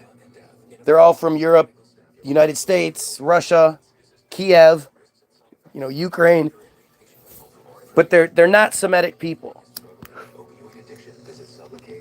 So anti-Semitic is would you be, you'd be against the Palestinians. The Friars are anti-Semitic. The Israelis are anti-Semitic. Anti-Semitism, on the other hand, is the rally cry, right? It's so important to them that they changed the spelling of it in 2020 or 2021. 2020 or 2021, I believe. Because since the 1880s, when it was first coined, it was ANTI-capital SEMITISM. But in 2020, they changed it all to one word, ANTISEMITISM, all lowercase. Why? The stated reason being that they didn't want the people to think that anti-Semitism opposed something called Semitism. That was why they changed the spelling of, they had hearings to change the spelling of a word. Have you ever heard of that with anything else? And literally the reason is to hide the meaning, because the meaning of Semitism is policy, rules and regulations, or predisposition, which is genetically programmed, policy or predisposition favorable to friars, to Jays. That's what the Webster's dictionary, the dictionary we all agree to be the authority, Merriam-Webster's dictionary, says that Semitism is Semitic features occurring, a Semitic feature or language, a Semitic character occurring in another language. That's 1A and 1B. Number 2 is policy or predisposition favorable to friars.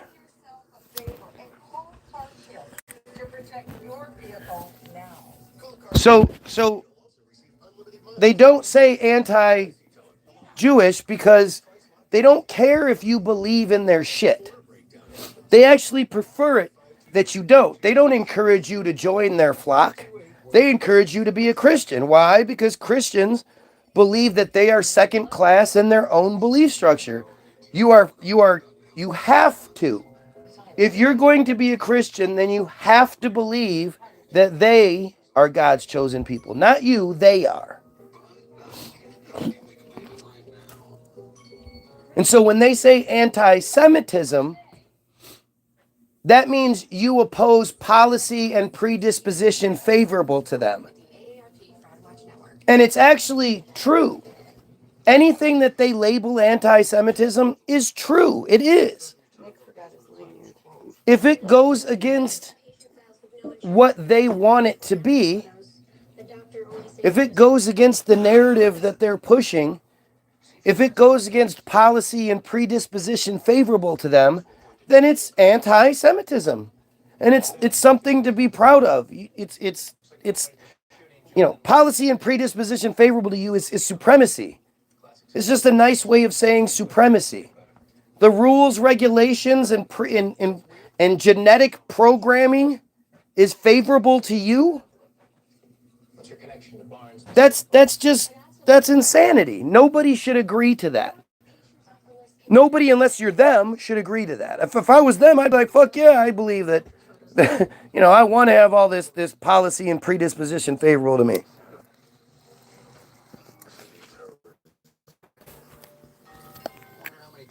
But that's, there's a big difference between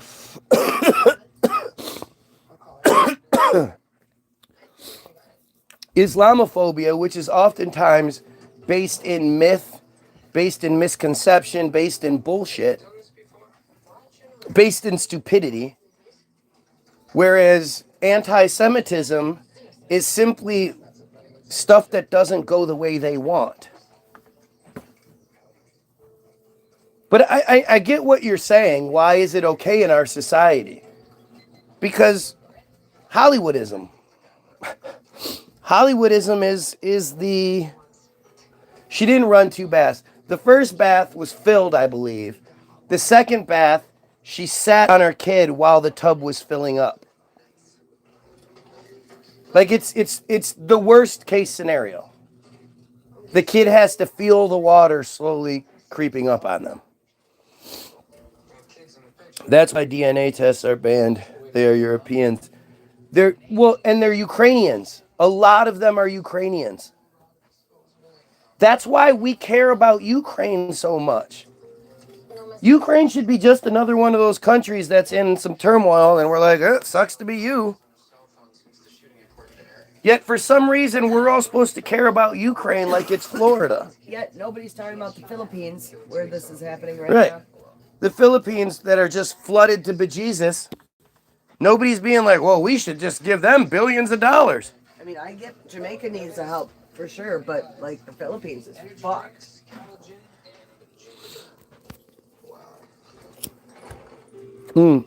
Mike, do you like your guys to have their hair brushed? Oh, how do you like your guys to have their hair brushed, Mike?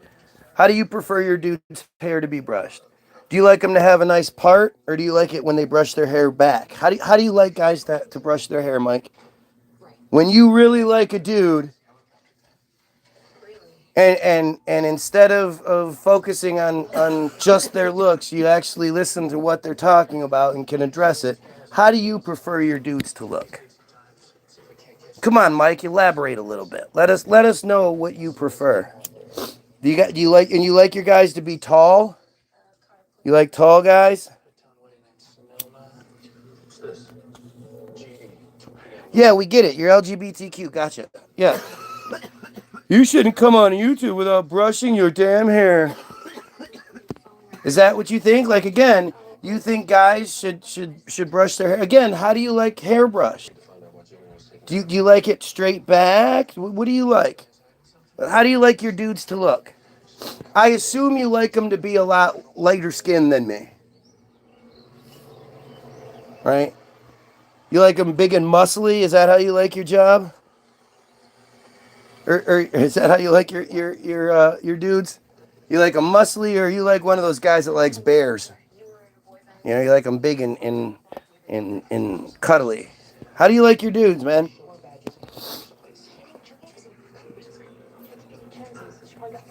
Hairy vagina face. Yeah. I mean, this is an Asian profile, so how would you even know? I don't have a blur over my face. Shouldn't my shit be all blurred then? Oh, I'm a dickhead now? Oh. Why? Are you mad that people like me think pedophiles like you should be killed?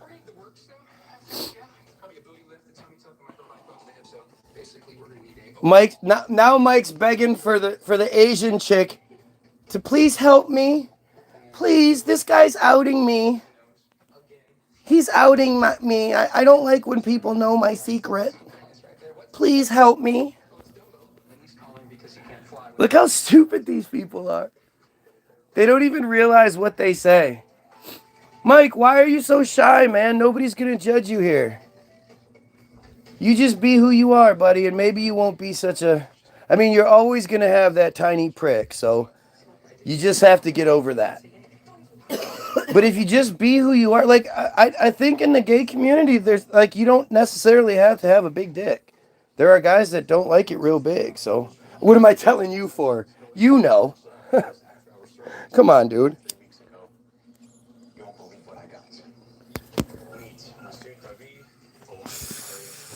You at work right now? You're at work? It's 10 in the morning on a Tuesday, and you're on YouTube. What are you, at work? Trump took your EBT, huh? Yep. Trump took my EBT, because I have EBT now. Man, I'm telling you, if you just come to terms with who you are, dude, you won't be such an angry little prick. You'll have a little prick, but you won't be an angry little prick. I can't tell you guys how much I appreciate this, right? So right now, this guy is all. Who do you think this guy is? Who do you think this guy that joined 4 days ago and has no subscribers made his account specifically so he could come watch some guy Williams? Who do you think that is? He doesn't come on here and be like, "You're right, dude, we should kill pedos. You're right, dude, we should stop giving all our American tax dollars to Israel. That's crazy." He doesn't say anything like that. He wants me to brush my hair. Will you brush it on camera? I like watching you brush your hair. Oh, I'm a cokehead now. Yes. Apparently I'm a big cokehead.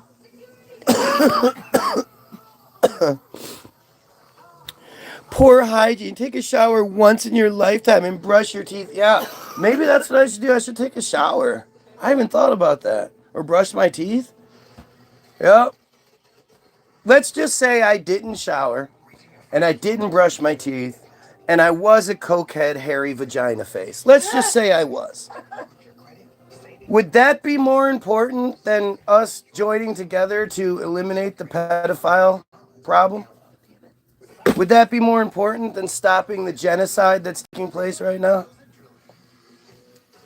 Does anything I do in the small picture matter more than the big picture? Like, this is just how stupid you are. And I'm on EBT. No, remember, Trump took my EBT away. You just said that, dumbass. Keep up with yourself. Come on, Dookie. Yes, my wife is laughing at me. Stop laughing at me. They know. They know more than we do. Yeah, they know me better than you know me. Or than you do, because you didn't know. You thought you were laughing at something else, but apparently you're laughing at me. You have to ask yourself, who is this dedicated to me that they just continue to do this? They literally make fake profiles so they can continue to watch me. Does it even make sense? If I'm wrong, why would they waste their time doing this? So what? Once they get off my feed, they then go to another page and be like, "You're wrong, you're wrong, you're wrong." And then when that person's done, they go to another page. And is that what they do all day? Is that really what your life consists of? That sounds awful. That's really sad. It makes me sad for you. I'm so sorry.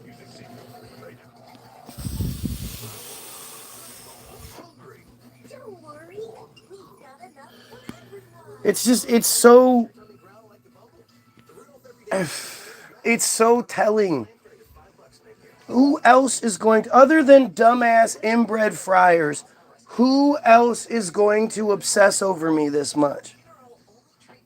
They're so stupid. This is if you open up the books in Israel, you demonize Israel, stupid. You know? Only the dumbest inbred fucking morons think that coming on here and playing the part that I'm always talking about. Sitting here bragging about how great I am, that nobody ever even attempts to engage in the debate because they know they can't. Because I'm not wrong about any of this stuff.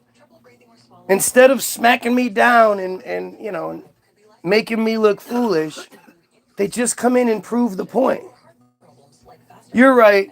We can't, beat you in any sort of debate or come up with anything that you're wrong about. But you should brush your hair. You brush your hair. I like when my guys have their hair brushed.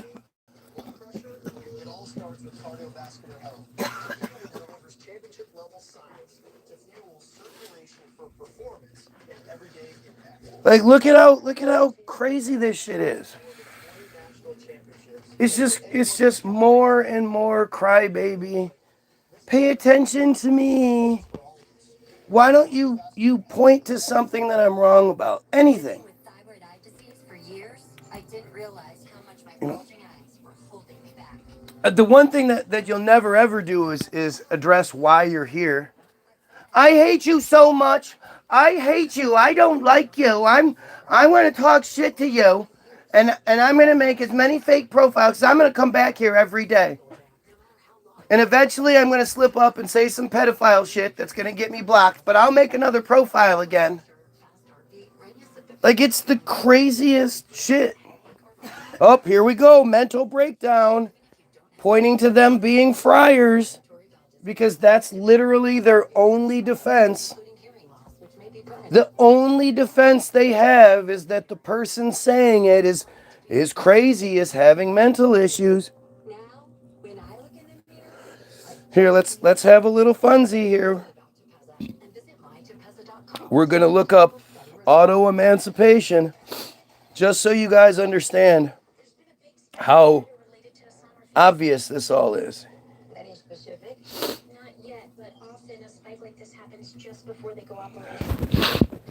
So, people love to talk about how the Balfour Declaration, which is actually the Rothschild Declaration, they just put Balfour's name on it so it wouldn't be as obvious. But they act like the Balfour Declaration is some significant starting point to what's happening now. But I can attest to you, I can prove to you, all you have to do is look it up. You should pay attention to this part too. Auto-emancipation.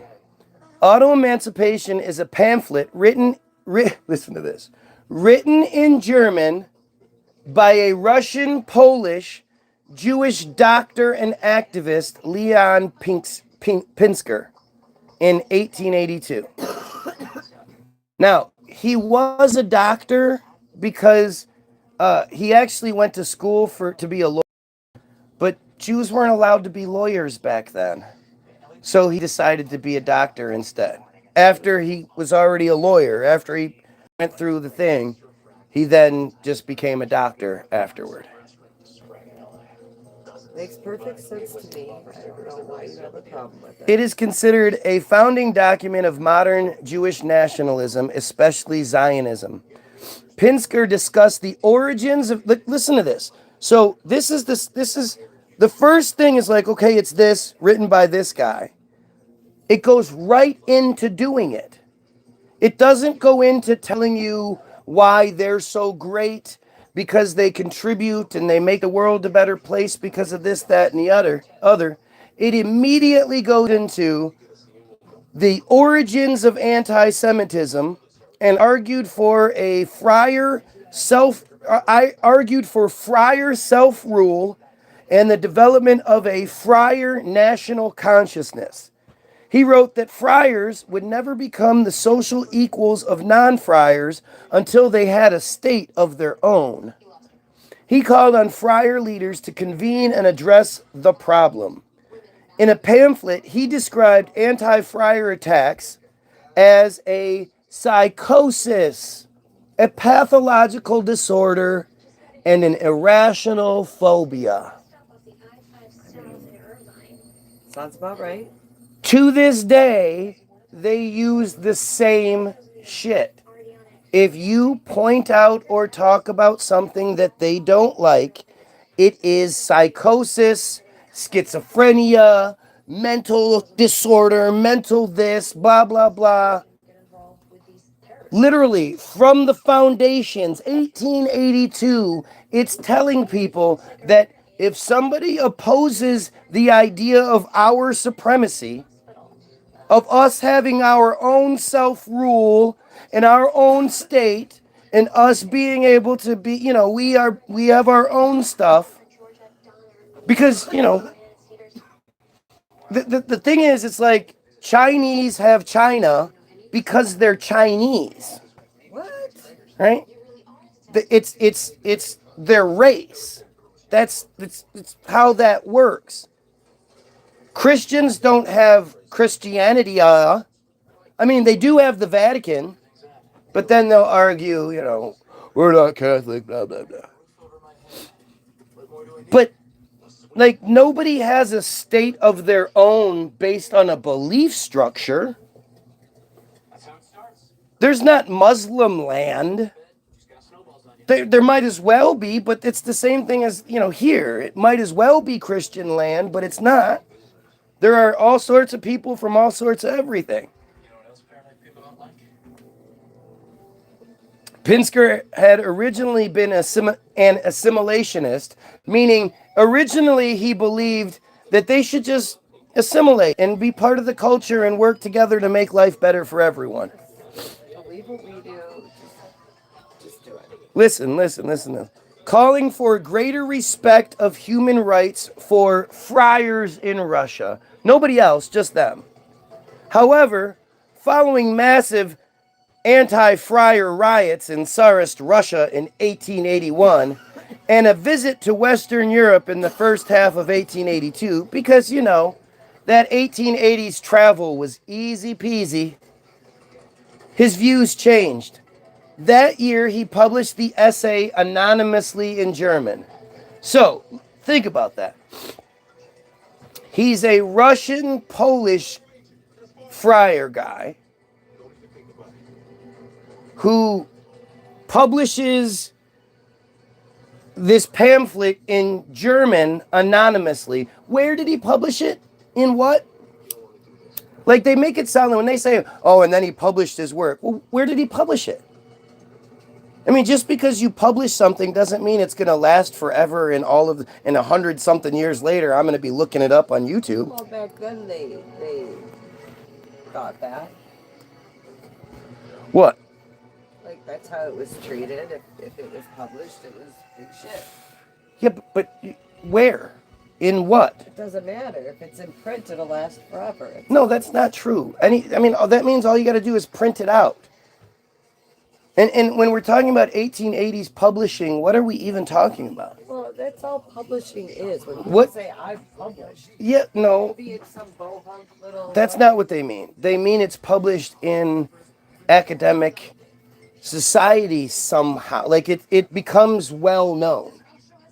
And again, think about what 1880s look like. To think that this guy published this pamphlet in 1882 and then distributed it to all of the friars. How did he know where all the friars lived?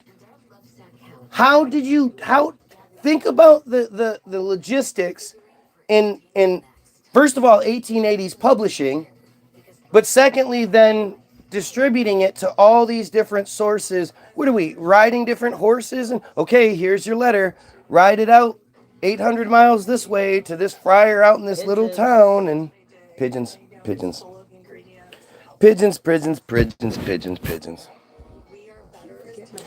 Notice how when I start providing you guys proof, my mother's dead, thank you very much. When I start providing you guys proof, they really start upping the dumbass comments, just trying to make the distraction take place. So I don't keep telling you guys the truth. And this is the truth they want us to know. There is no hiding behind, oh, that's just some anti-Semitic conspiracy. Well, this is them. They give us Wikipedia, so this is their narrative. Israel taught the editors of Wikipedia how to do the job that they had already been doing for many years and had become the #1 resource in the world. Israel taught them how to edit things so that they are balanced and Zionist in nature. He didn't say so it's balanced and paints Israel fairly. He said balanced and Zionist in nature. That's huge. Pinsker's new perspective also led to his involvement in the development of the friar nationalist group Hovivi Zion, which he chaired. The essay itself inspired the groups and the friars throughout Europe and was a landmark in the development of Zionism and the friar state. The pamphlet was published in September 1882. So it's not even that it was published in some sort of periodical. It was published and then, again, sent to all the friars in Europe. That just makes so much sense, doesn't it? In 1885, Nathan Brinbaum adopted for his periodical the title Selbst Emancipation, derived from Pinsker's title. But again, he published it anonymously. How do we know any of this? To me, whenever they do this, it was published anonymously bullshit. It's like, they're just assigning this guy to this bullshit. The system, the chat GPT system that they had in place is what wrote it out, but they have to assign it to somebody. So here are some quotes from this. Indeed, what a pitiful figure we cut. We are not counted among the nations, neither have we a voice in their councils, even when the affairs concern us.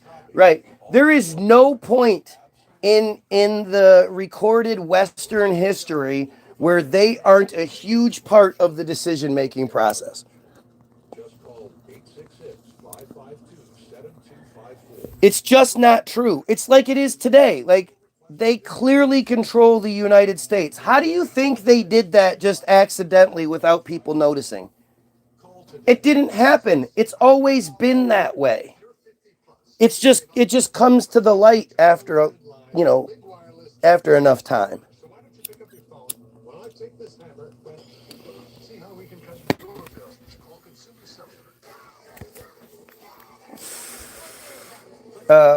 Even when their affairs, our fatherland, the other man's country, our unity, desperation. Isn't desperation DES? Am I wrong? Desperation? Yeah, but to disparage something. Disparage. It's a derivative of disparage. Dispersion is a phenomenon where a wave's speed depends on its wavelength, causing it to separate into its constitute components. It's a prism. Dispersion is the wrong word. Statistics, chemistry, geology, material sources. It doesn't have a cultural definition. So what the fuck is he talking about? Our unity, dispersion. So I guess fracturing the light into multifacets. I guess that works. Okay. Our solidarity, the battle against us. Our weapon, humility, because, humility is their strong suit.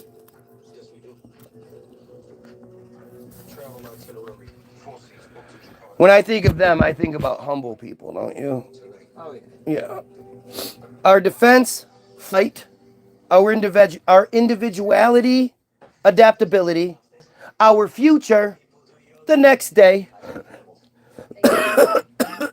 What a miserable role for our nation, which descends from the Maccabees. I'm not the one that makes it all about circumcision. They do.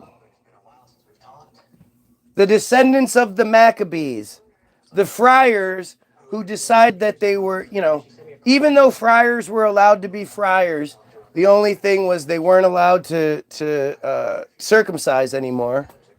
And the other thing, okay, so the narrative is that there were three things amongst, they give three examples amongst many other things. But the three examples are, they were forced to eat non-kosher products, which, oh my God. How do you force somebody to eat non-kosher products?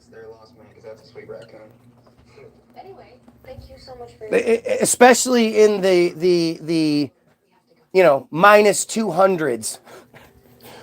What policing system did they have in place to prevent them from prevent the rabbi from going around and blessing whatever facility is manufacturing the foodstuffs? Come the fuck on. There weren't grocery stores and shit. What are we talking about? What are we talking? We're talking about the minus 200s. You guys big on the minus 2 or 300? Might be the 300s. I guess it doesn't really fucking matter once you get to the minuses. And you know, we have a really accurate description and depiction of what minus 300 was like, don't we? I mean, it's so stupid. It's so fucking stupid. It's not fair that they sort of do this to us and they... Oh, I like this show all of a sudden. Federal agent. I want to speak to my husband. But they weren't allowed, or they were forced to eat non-kosher stuff. They were forced to worship on Sunday instead of Saturday. Because, you know, again, you can force people not to worship on Saturday, right? Back in the minus 300s. And the third thing is the one thing that's sort of based in reality is that they were forced to stop performing circumcision rituals. Matitza B'Peh. Brit Milah and Matitza B'Peh. And apparently, like, back in the day, people just used to walk around with their dongs hanging out. So, like, people be like, hey, you're circumcised. People knew if you were circumcised or not. I don't... The story is stupid. It's not real. The point is it's not real. The more details you have, the more you realize how stupid it is. But the story is, one day, Johann Maccabee was all like, you know what? Fuck this. I am so sick of not circumcising. God damn it. I'm going to circumcising my kids. And fuck you if you say anything. Because, you know, again, I guess this was like out in the middle of the town or something. I don't know. How anybody would know about this is beyond me. It reminds me of Michael Scott declaring bankruptcy. Kind of creepy. I declare bankruptcy. Like, that's not how you do it. But so he decides he's going to do this. And he then goes around the countryside, you know, using Godspeed. And somehow he knows where all of the friars live throughout all of the country. Why wouldn't you use Godspeed? That shit's cool. That shit's cool. You know, the roads were so good, the travel was easy. He had just circumcised him and his family, so I'm sure riding the horses and or walking wherever they were going was no problem. But they went around to different friar homesteads and gave the option that you either circumcise yourself and all of your kids and then join us, or we kill you. And so they killed a bunch of friars. But they also had way more that joined them. So they would go from one homestead to the next, circumcising the males, who would then join the march to walk around and go, you know, they just got circumcised. They probably had a much lighter load now. Oh, whew. As a big weight was taken off. It's not like I just had, you know, horrendous mutilation done to my penis. I'm going to just go walk. I'm going to go for a march to the next house. And eventually, they gained so, like, just the story is that eventually they gained so many numbers that they could attack the Seleucid Empire, the empire that had ruled for quite some time. They built up enough of an army that they could attack. Just think about that. How many days do you think that recruiting process took? We're talking about, and of course, you have a group of freshly circumcised men going around the countryside, looking, you know, going to different houses. So who was feeding this army as it went around? Where were they getting their water from? Who was attending all the... Well, I guess they were all doctors. You asked too many questions. And of course, you know, all these homesteaders, these friar homesteaders, they left their homestead where their wife and children, females, I guess, would then what? Take over the duties of the homestead? Maintaining the homestead so that the whatever king or whatever could still get his dowry each month? How did that work? What were they eating while they were on their little marchy march? They were marchy marching the Funky Bunch. No, that's just silly. Did your husband say anything else before he left? Where were they getting their water? Where were they sleeping as they're marching around all freshly circumcised? Marching and circumcision shouldn't be in the same sentence. You're right. They were riding horses. But think, okay, so they get to the one friar, and they're like, okay, friar, tell us where the friars live around here, right? Okay, so Hayom lives about 10 miles that way, because homesteads were huge, and people had huge plots of land back then. So how long do you think it would take the marchers to go from homestead to homestead? Then do the convincey, cutty, slicey, sucky, then march to the next one. So that they end up going all over the countryside. How many years do you think it would take for that to take place before they would have an army big enough to be able to attack the ruling army of the time? See, the thing about these stories is when you realize these early stories aren't true, then the younger stories, the ones that get closer to us, they're not true either. It's all just lies and bullshit.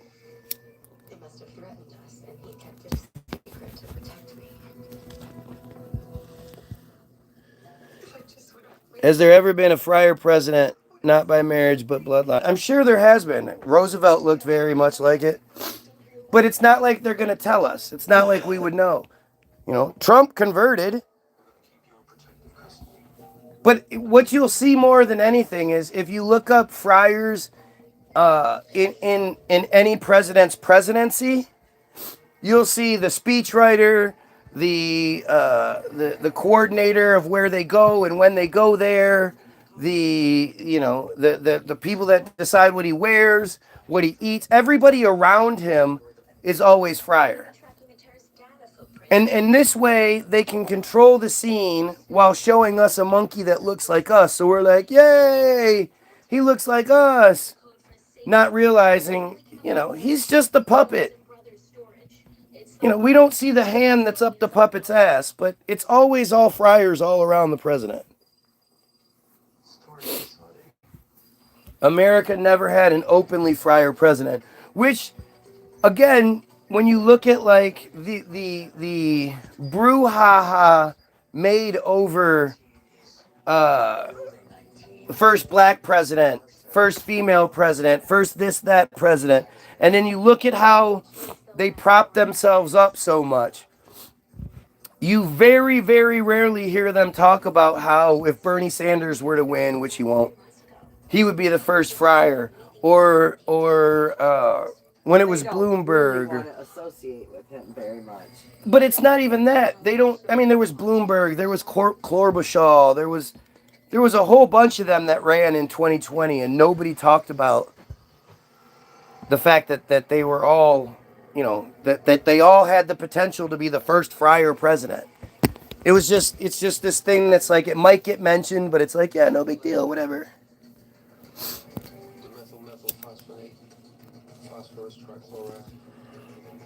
But I think this way is how it works best, right?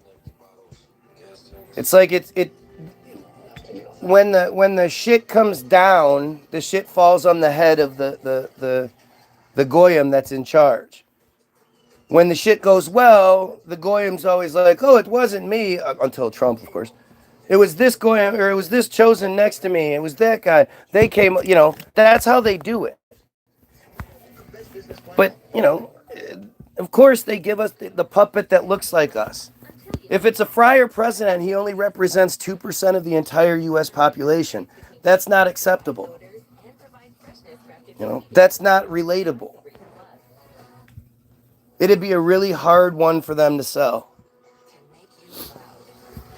And Bernie Sanders is just a fucking clown.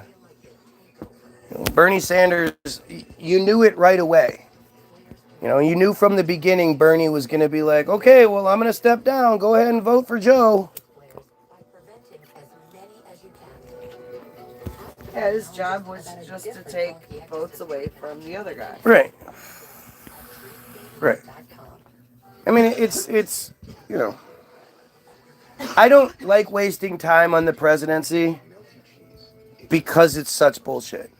And I often wonder how people still don't see it after the 2016 election. You know, 2016 should have shown you all you needed to see. You have Hillary Clinton, who they're doing everything they can to make us not vote for her. The email scandals are coming out, the hammering the cell phones is coming out, just everything that you can possibly think of Clinton-wise. Although they pretend to be sort of Clinton supporters, all they keep reporting about is all of her misgivings and all of these different things that keep coming up. To the point where even the Friday before the Tuesday that we elect, either Thursday or Friday, the Danny, D-A-N-N-E-Y, Williams story, that's been a well-known story for a very long time, suddenly hits the airwaves. And that's the Bill Clinton's illegitimate half-black son story. And it's literally, Bill Clinton could just so easily debunk this narrative by giving a sample of his DNA, but he won't. He won't. Why should he? To prove the kid's not his. Well, but the thing is they'd been paying his mother for his entire life. Like, they knew who he was. And they thought, like, you know, maybe we can swing some of the racists when we release this story that Bill has a illegitimate halfy kid and Hillary knew about it, kind of shit. You know, they tried everything they could to make Hillary lose, and we were still like, yeah, she's associated with a lot of horrible shit. That hammering the cell phones thing is insane. The passing out and getting thrown in the back of a vehicle and then not Hillary coming out and waving at people when they, instead of taking the Hillary that just passes out to the hospital, they take her to her daughter's house, and then shortly thereafter, not Hillary comes out and is waving at people but won't say anything because it doesn't have the voice right. You know, just go watch Dave. Just go watch Dave.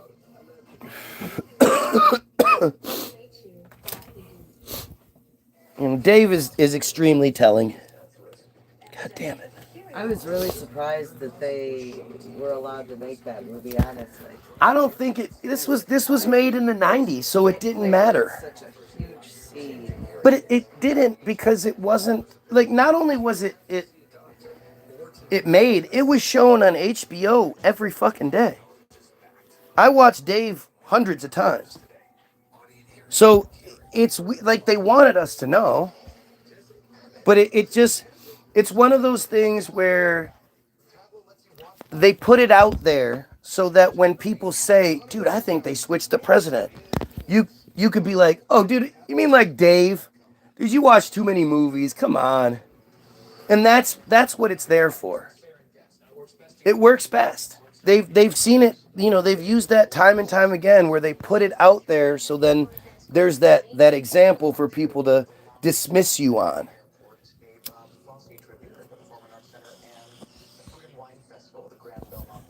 Right? But Hillary, although everything went down, we still were like, no, we'll take Hillary. We'll take Hillary over Trump. Trump's a piece of shit. We'll take Hillary. 2.7 million more people voted for Hillary than Trump. Like, I don't, you know, they might give you a percentage or, you know, that's only 1%, blah, blah. First of all, it might be only 1% of the population, but the majority of the population doesn't vote. 2.7 million people is a shit ton of people. If there was 2.7 million people together, I bet you could see it from space. You know, if everybody was standing together in a circle, all wearing like a black shirt. From space, I mean. But like, 2.7 million people is so many more people than you can fathom. 2,700,000. You can't even think about that many people. It's so many fucking people. And for so many people to vote, you know, against the guy that, like, the person that got the most votes, or the person that gets the most votes in any sort of democratic anything, the person that gets the most votes always wins. That's how elections work. The only time it's not like that is with the President of the United States. And the only 3 times in modern history that the people picked one way and the Electoral College came in and was like, "Ma, you didn't pick the right one," were both George Bush times and then Trump. Every other election, we can pick the right president. But apparently in 2016, we did not pick the right president.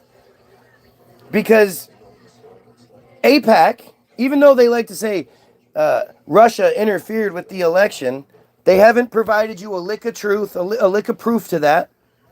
There hasn't been any sort of anything you can point to, any example of how Russia somehow interfered with the election to make Trump win when Trump lost anyway. It's such a misnomer. It just doesn't make any sense that you would fall for it. Especially when you know things like Team Jorge openly exist. And let me just read you something. It doesn't get much better than this. Because this is me asking AI about Team Jorge. First, AI denied knowing it. And then I said, come on, AI. Team Jorge has a Wikipedia page. Look it up real quick. I don't know if you've had a conversation with AI, but AI immediately responds to what you're saying. Like, as soon as you click enter, it's already responding. And it said, this is what AI said. Team Jorge is a secretive Israeli cyber mercenary group specializing in election disruption and influence operations. Led by Tal, T-A-L, Hanan, H-A-N-A-N, also known as Jorge, the group has been involved in manipulating over 30 national-level elections worldwide through hacking, disinformation campaigns, and sabotage. Their primary tool, Advanced Impact Media Solutions, AIMS, automates control of thousands of fake social media profiles to spread misinformation and influence public opinion. Team Jorge's activities were exposed, blah, blah, blah, blah, blah, blah. That's what AI says. That's how well known this is. 82% of the time, this one Israeli Black Ops organization, one of hundreds, if not thousands, well-funded Israeli Black Ops organizations. 87% of the time, 27 out of 33 attempts at influencing public opinion and manipulating an election, 82% of the time, this one group was successful in presidential election manipulation.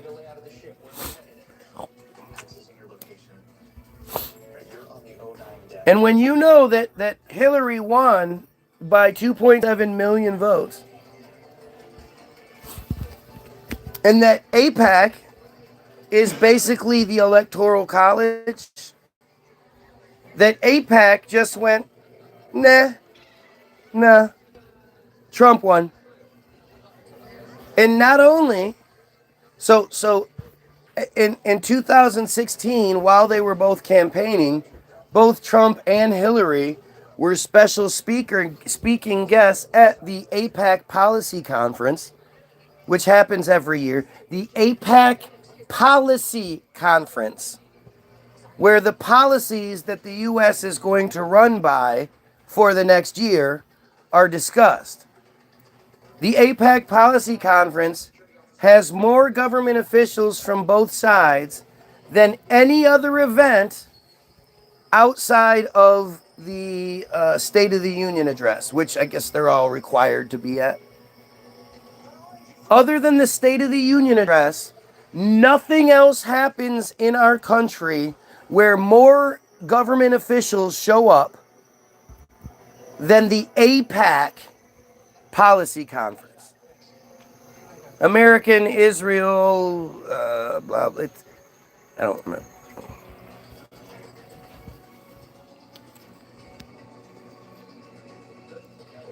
I don't want to be wrong, so.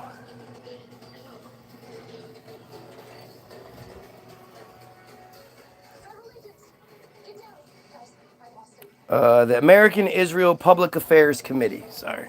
There you go. Do you understand? More government officials from either side, both sides, go to this APAC Israel policy where Israel decides the policies of the United States. More of them show up to that than anything else but the State of the Union address. That's not a conspiracy theory. That is something very significant. You can't tell me that's not significant. It's so significant that, again, in 2016, while they were both campaigning, they both made stops at the APAC Policy Conference, where they were both guest speakers, and both campaigned, but said nothing bad about the other one, and basically, not basically, and essentially pledged their allegiance to Israel. That was the point of them speaking. They weren't speaking out against my opponent does this, my opponent does that, like Trump does literally every other time he's asked any sort of question about even his own shit on the campaign trail. They just pledged their allegiance to Israel. It's shocking. But then it's AIPAC that controls the Electoral College, which is who in turn overrode our very, public and fair democratic electoral process and put Hillary Clinton as president, the first female president of the United States. She would have lived on forever in history. She would have been, like, people barely talk about. Glad she did not make it. I mean, yes, but it's The sorriest excuse for the first female president. yeah, but then we got Trump instead. I get that. And that's, what do you do there? I want Trump or I want Hillary Clinton? What kind of choice is that? It's the worst choice ever. I want Trump or I want Kamala Harris? I'll take Kamala over any of those. But Kamala had a friar husband and a friar vice president. So, absolutely not. But the 2016 election, without a shadow of a doubt, well beyond any sort of conspiracy theory, straight up common sense, straight up just you're a moron if you think otherwise, proves to you that your vote absolutely does not fucking matter even a little tiny bit. If we don't pick the right one, they'll pick it for us. And you know it's all bullshit because Hillary was going to be the first female president ever. She won the election, and when told she didn't because the Electoral College said she didn't, encourage an insurrection. She didn't even ask for a recount. She was like, oh, All right, I'll see ya. Me and my husband are going to do a tour later on in the year with Ben Stiller as the host. And we'll go around to all these different really expensive venues and we'll just talk and we'll tell stories and we'll get paid $100,000 a piece to do each event. Is that cool? Yeah, I'm going to go do that. I know I've been wanting to be president and stuff, and I won, but you said I didn't win? Okay, I'll see ya. She didn't even fight for it.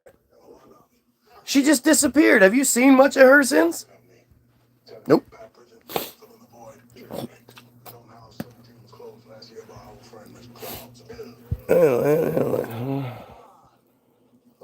I'm telling you, the last time the Electoral College benefited the Democrats. None of it matters, dude. Republicans and Democrats don't fucking matter.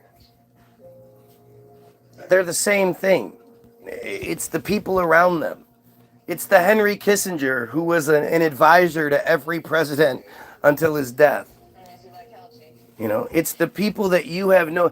You know, the first thing the president does in every situation, like the first photos taken of the president, he's sitting at his desk surrounded by a bunch of penguins signing the Israeli legislation. That's the first thing they do. And it's such a bully, sort of threatening, that the president is sitting there surrounded by them, and they're all like, all right, sign this. And he's like, I'm signing. Look, I'm signing.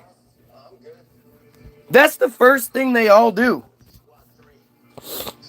And the first trip they make is to the Wailing Wall and kiss it and cry. It's so stupid. Although I have not seen a picture of Biden doing it, even though Biden's the one that's like, you don't have to be Jewish to be a Zionist. Why would you ever be a Zionist and not like, and you're not Jewish? That just,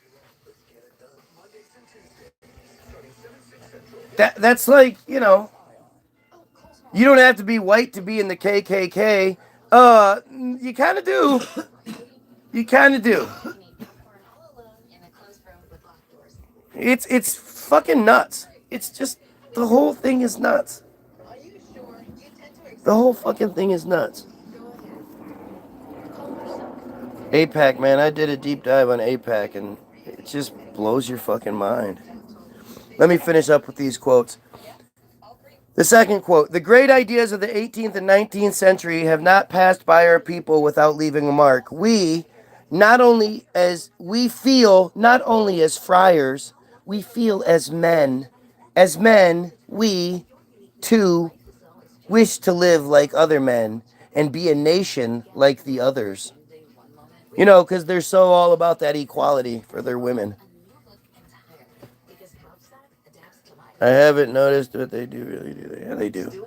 Here's the third quote. We must not attach ourselves to the place where our political life was once violently interrupted and destroyed. The goal of our present endeavors must not be the Holy Land, but a land of our own. We need nothing but a large piece of land for our poor brothers, a piece of land which shall remain our property, from which no foreign master can expel us. Thither we shall take with us the most sacred possessions which we have saved from the shipwreck of our former fatherland, the God idea, and the Bible. It is only these which have made our old fatherland the Holy Land, and not Jerusalem or the Jordan. Perhaps the Holy Land will again become ours. If so, all the better. But first of all, we must determine, and this is a crucial point, what country is accessible to us and at the same time adapted to offer the friars of all lands who must leave their homes a secure and unquestioned refuge capable of being made productive. So this is them when they were sort of entertaining the idea that they should have, you know, until they can take over Palestine, they should have another place that they can call their own. We gotta make sure we can control the people And as desirable land. which was why the Uganda scheme proposal was floated. So this is mentioned before the Uganda scheme, and then the Uganda scheme proposal just happens to be a thing where they were just going to take a big part of Uganda and give that to the friars.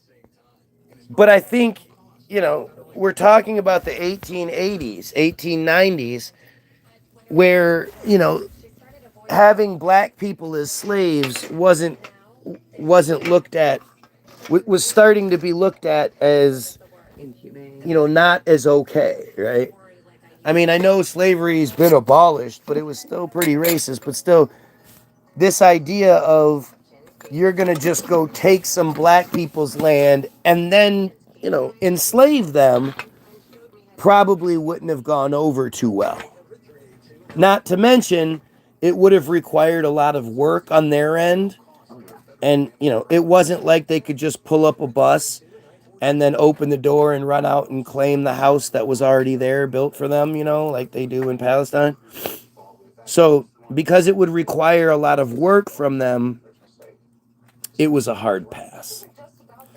They were offered a portion of Uganda, and they said, nah, we're good. Can you imagine being offered free anything? Like, let me give you this free land and house, and it's not like they were saying we're going to give it to you and then just forget about you. No. They were going to be, flooded with money and supplies and all that, but it would take a while to build up. Like, you don't have to be a conspiracy theorist.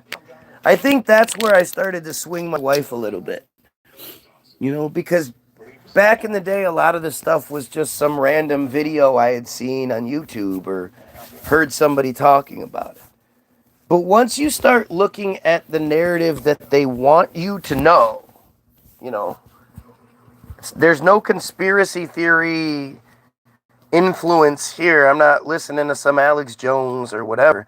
I'm literally reading you what is considered the official narrative.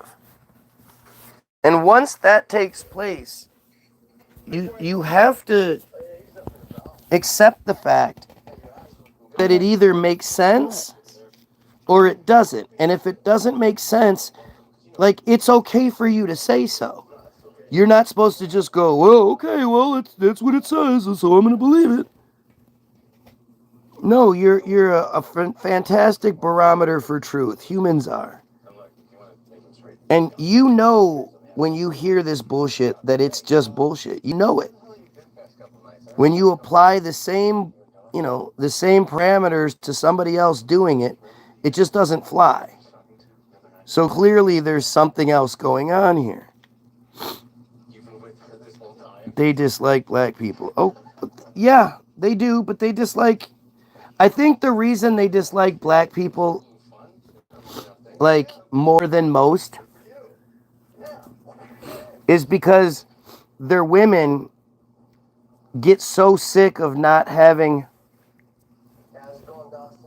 any sort of enjoyment from sex. And because they created the big black dick narrative, their women are curious. And my dad used to bang a Jewish broad, and spent a lot of time. I used to hang out with her kids, Ari, and her name was Helene. Ari was the little boy, and I always thought he was special. I always thought, something's wrong with this kid. He was cool. We used to have fun, but it was always, slow, And then her daughter was a little bit older than me, and she was beautiful. I forgot her name.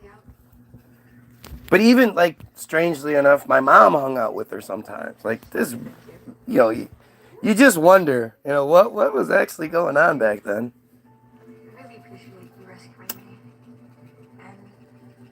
There's actually a picture, I think you've seen it, where I'm in, the yellow shorts and the yellow, white, and black shirt. And I'm really dark, and I'm doing this, and there's a kid next to me, and I'm were at the Detroit fireworks, that was Ari, and it was me and my mom and Ari and Helene. Why that would be happening is just beyond me.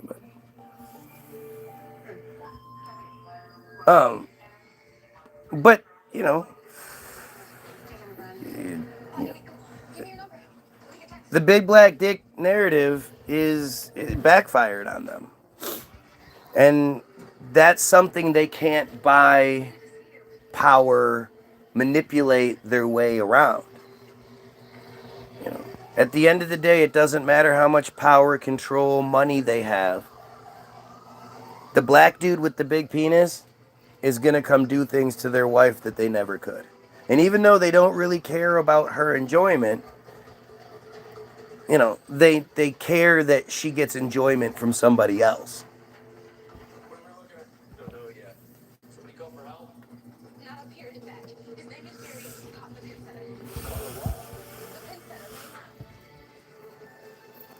It's bled into the white guy thing. That's where I think most of racism comes from. You know, at the end of the day, white people have all of the advantage. So what reason would they have to fear black people? Racism is fear. So what reason do they have to fear black people? They have all the money, they have all the power, they have the control. Ask your chick. Ask the females you know. What's the one thing the average white guy that you dated wanted, you know, more than anything? And that's for you to have never slept with a black guy. It's not because they think you're dirty afterwards. It's not because they think you're contaminated afterward. You're going to be comparing their dick to... Exactly. That's all it is. They'll never admit it, but they're not dumb enough to think that there's some sort of contamination or something that takes place. No. They're terrified that the big black dick made you go... Because, you know, they're the ones that love watching the porn that's the big black dick and the little white girl. They're the one. That's why it wouldn't be such a prominent feature in porn if it was just black dudes doing it. Black dudes make up 13% of the population. If you want to have a successful business, you target the largest population, and that's white people. 69% of the population is white, unless, of course, you eliminate those with Hispanic in their backgrounds who just consider themselves white. Then it's only 55%. Either way, pandering to the 13% is not going to be successful. But that's, you know, ask your average chick, anyone you know, if they're honest with you, and ask them, you know, what happens when you tell your white boyfriend that you slept with a black guy? Does he treat you differently? Does he get all upset? He does. Unless, of course,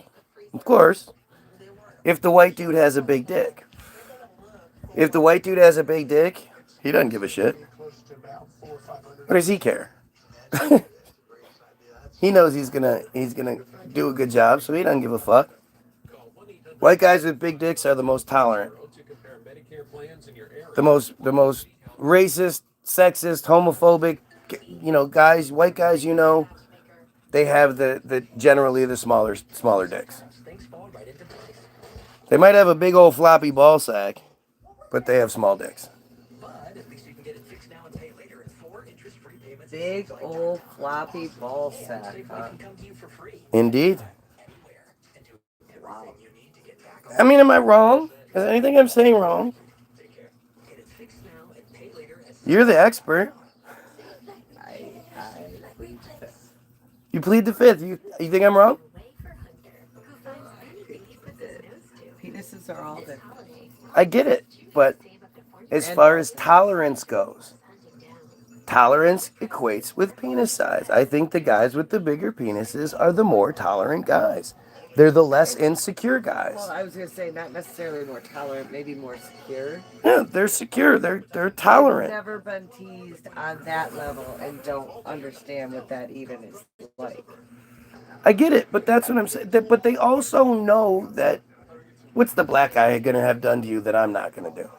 You know, I'm gonna knock it out of the park just like they are. So they don't have any fear of that. They're not. They're not insecure about the fact that you've been with a black guy because they already know it's okay. Whatever. Now they have some competition. Most dudes are not cool with competition sexually. Sure, but I'm just saying as far as knowing that they are competition. Whereas the guy with the small dick, he knows he's no competition. He in his mind, he's sitting there doing his best, thinking she's wishing she was with that black dude. She's wishing she was with that black dude. And the reality is, she's wishing she was with that black dude. That's not fair. It's not fair. But she's probably not. I don't know. Let me just I can't imagine if I was. I wouldn't have Penises sex if I usually knew I don't wasn't going to stand get off. out. Huh? Penises don't usually stand out to a girl unless it's like extraordinarily huge, extraordinarily small, or like bent, all misshapen. Like, unless there's something very odd about it. Oh, I'm not saying you guys do this. I just don't remember it. I'm not. No, I'm not saying you guys do this. I'm saying if you think back on it, does it equate? You know, does that guy with the big penis, is he still the guy that's, I hate those queers and women's rights and blah blah blah blah blah, and or are those generally the guys that are like, whatever, be who you are, I don't care. It's like the guy that's always complaining about the gay guys in the locker room is always the fat redneck who is like, dude, nobody's looking at you. Male, female, whatever. If they're looking at you, they're like, oh my God, what the fuck? It's always the ugliest broad who is the one that's speaking out against, that's harassment. You can't say that. You looking at women like they're object. Dude, nobody's looked at you like an object. What are you talking about? But you see that consistently. The biggest complainers are the ones that are like the least affected by. You're protecting other people. You get that, right? As long as you understand. This protecting has other people. nothing to do with you. But they all act like it. There are so many of like those sister-in-law lesbians that'll be like, that think that guys are attracted to them and looking at them like the PCU girls, right? Like nobody's looking at you with those braids in your hair looking all militant, you goofy broad. What's wrong with you? I mean, maybe, but like just for one specific thing in mind, and that's it. Conquering at that point. That's a conquering thing. But I don't say this is like 100% across the board, but I think this is the majority, and I'm explaining it. If you can explain to me why racism exists in a better way, I'm all ears. What is it? What could it possibly be? Why would a white guy care if his chick has been with a black dude for any other reason than the penis thing? Is he really dumb enough to think that like she caught some black and then he'll catch some black from it? I mean, I laughed so hard. My ex-husband, when we broke up, said to me, if I find out that you were with a black dude while we were broken up, just know I will never get back together with you. And I just looked at him and laughed. It was like, insecure much? Right, that's all it was. I mean, he got so mad. Right. I mean, what else could it be? What did he think, the black guy talked to you better? What do you think, the black guy was like, well, black guys are known for rubbing really good backs, and so he probably rubbed your back better than I could. Once you go black, you never go back. But yeah, what's the reason for it? Why would I come back to you if I went black? But what is the reason for that statement? I don't That know. statement isn't because once you go black, you end up living a really great life and it's, all whining and dining and money. No. It was just so dumb. It's strictly about dick size. And, I know white guys with big dicks that are totally not at all insecure about being around black guys. They like black guys. They don't have any sort of, there's nothing insecure about it. Like, he's, well, he's probably fine too. Well, that's what they say. Yeah. I don't know. No, I've heard them say assuming. it. I've heard them all talk based on about that same mentality. it. Right, and he's like that. Right. Yeah. I even think he might not be like, gay pride or anything, but he doesn't care if you're gay either. Oh no. He doesn't care if you're gay. He doesn't care. Care about fuck. Right. Because he's that guy. He knows that if it comes down to it, he can knock the box out. That's all. He knows he'll be somebody that you'll compare other guys to. That's also why he wasn't in a rush to like get those notches built up on his. Well, no, there's insecurities there too, and there's all kinds. Who knows? Who knows why he didn't want to do that? Who knows? There's all sorts of reasons. He used to say to me, "I'm not coming home with a bunch of diseases just to get my whistle wet." But see, the times are different now. No, it just depends on. I mean, look, I was raised in that. I was raised to think that, I was raised by the Williamses. And the Williamses were lady killers. And that's what you were supposed to do. You were supposed to get with as many broads as you could and get that notches up. And it was weird to me, And it was like, yeah, but what if I don't want to? I'm just supposed to do it because she's offering? That doesn't... Well, and nowadays, from what I understand from the younger people, in their 20s and shit, more people than not have some sort of VD. Of course. It's always been that way. But it's always been that way. But it's way more prevalent now. It's not. It's always been that way. Listen. When our grandparents were teenagers and shit, literally VD clinics were on every corner. Because they weren't driving around in queen-size beds and parking up at Makeout Point without cell phones to sit there and kiss for hours. Our grandparents were fucking like crazy. They didn't even have, it was taboo to have condoms. So they didn't have condoms. But they were doing it a lot. It's just this delusion, and literally I can see it. I can see it with my wife. The person my wife was, and the person she presents to her children, there's some differences there. And she Not holds many. You hold back stuff, and you. Well, yeah. I know, but I'm just saying, as far as. It's 2025 and you're still doing it. Our grandparents, it was all hell no, you don't tell your kids anything. Grandkids, you don't tell your grandkids about anything.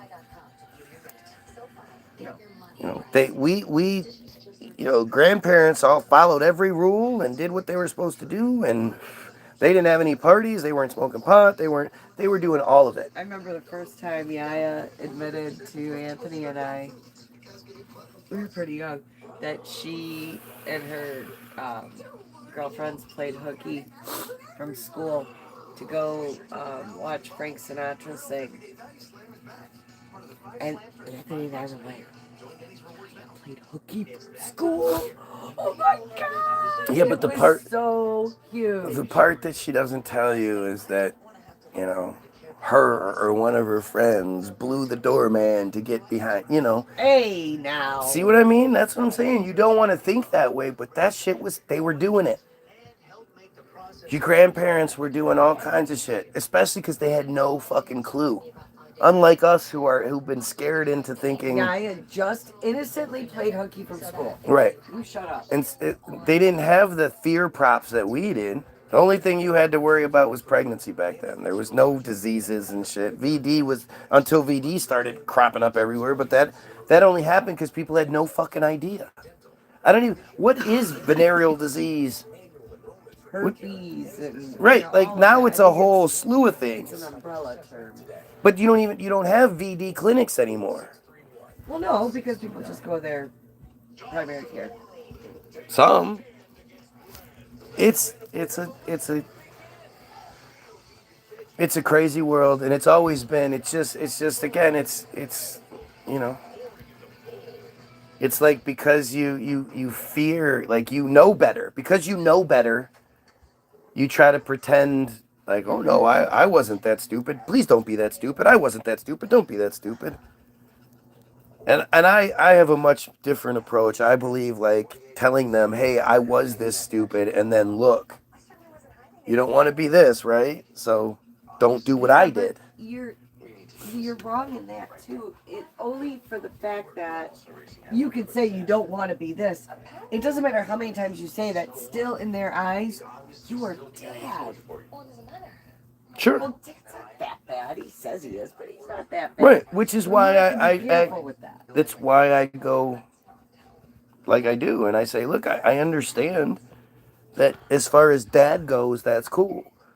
But as far as dad from my perspective, I feel like a failure as a father. I feel like a failure as a father because I don't have you in the best school that happens to be down the street because we live in this great neighborhood in a nice, beautiful house. I feel bad because I can't buy you all the things I want to buy you and provide you the life I want to provide you. And that's a feeling I don't ever want you to experience. Yeah, they are, but they also get it. They do. They're smart kids. They get it. They're not stupid. I know, but I don't think you do. But I think we, as society, tend to think children are stupid, and that they can't handle the deep, aspects of all that. They absolutely can. They just don't have the same perspective. They don't have the same perspective, but they appreciate it. I guarantee they appreciate it. My kids don't listen to me and do what they do and treat me the way they do because they fear me. They know I'm never going to hit them. They treat me the way they do because they respect me, because I'm honest with them. They know their dad's not lying. I need coffee, Mama. I'm sorry. They know when I tell them stuff, even when it doesn't fit the narrative, that they want to believe that it's true because I don't lie to them about shit. I think they appreciate that. There's nothing worse than being one of those. I mean, we all know those kids that believe their parents were one thing until they figured out they weren't. And it fucked with them. Anyway, I'm going to go to. You have yourself a wonderful fucking day. Go get your free download. The link is in the description. www.the-bilderberg.group.com. It's all free. Just download it. It's free. Share it with somebody. There's a whole bunch of links to a whole bunch of shit you should invest in, look into, educate yourself. Don't just take my word for it. Look into the Bottom of Darkness article. Israel Hayom, it's the most important article ever written. Watch Hollywoodism, it's the most important film ever written. Go check out all the different links I have to different receipts, verifying and validating everything I'm talking about from their perspective, not mine, not some crazy conspiracy. The truth that they want us to believe is what I base my shit off of. So go check it out. Go look at all the receipts I provide you. Have yourself a wonderful day. And most importantly, you pedophiles, fucking kill yourself.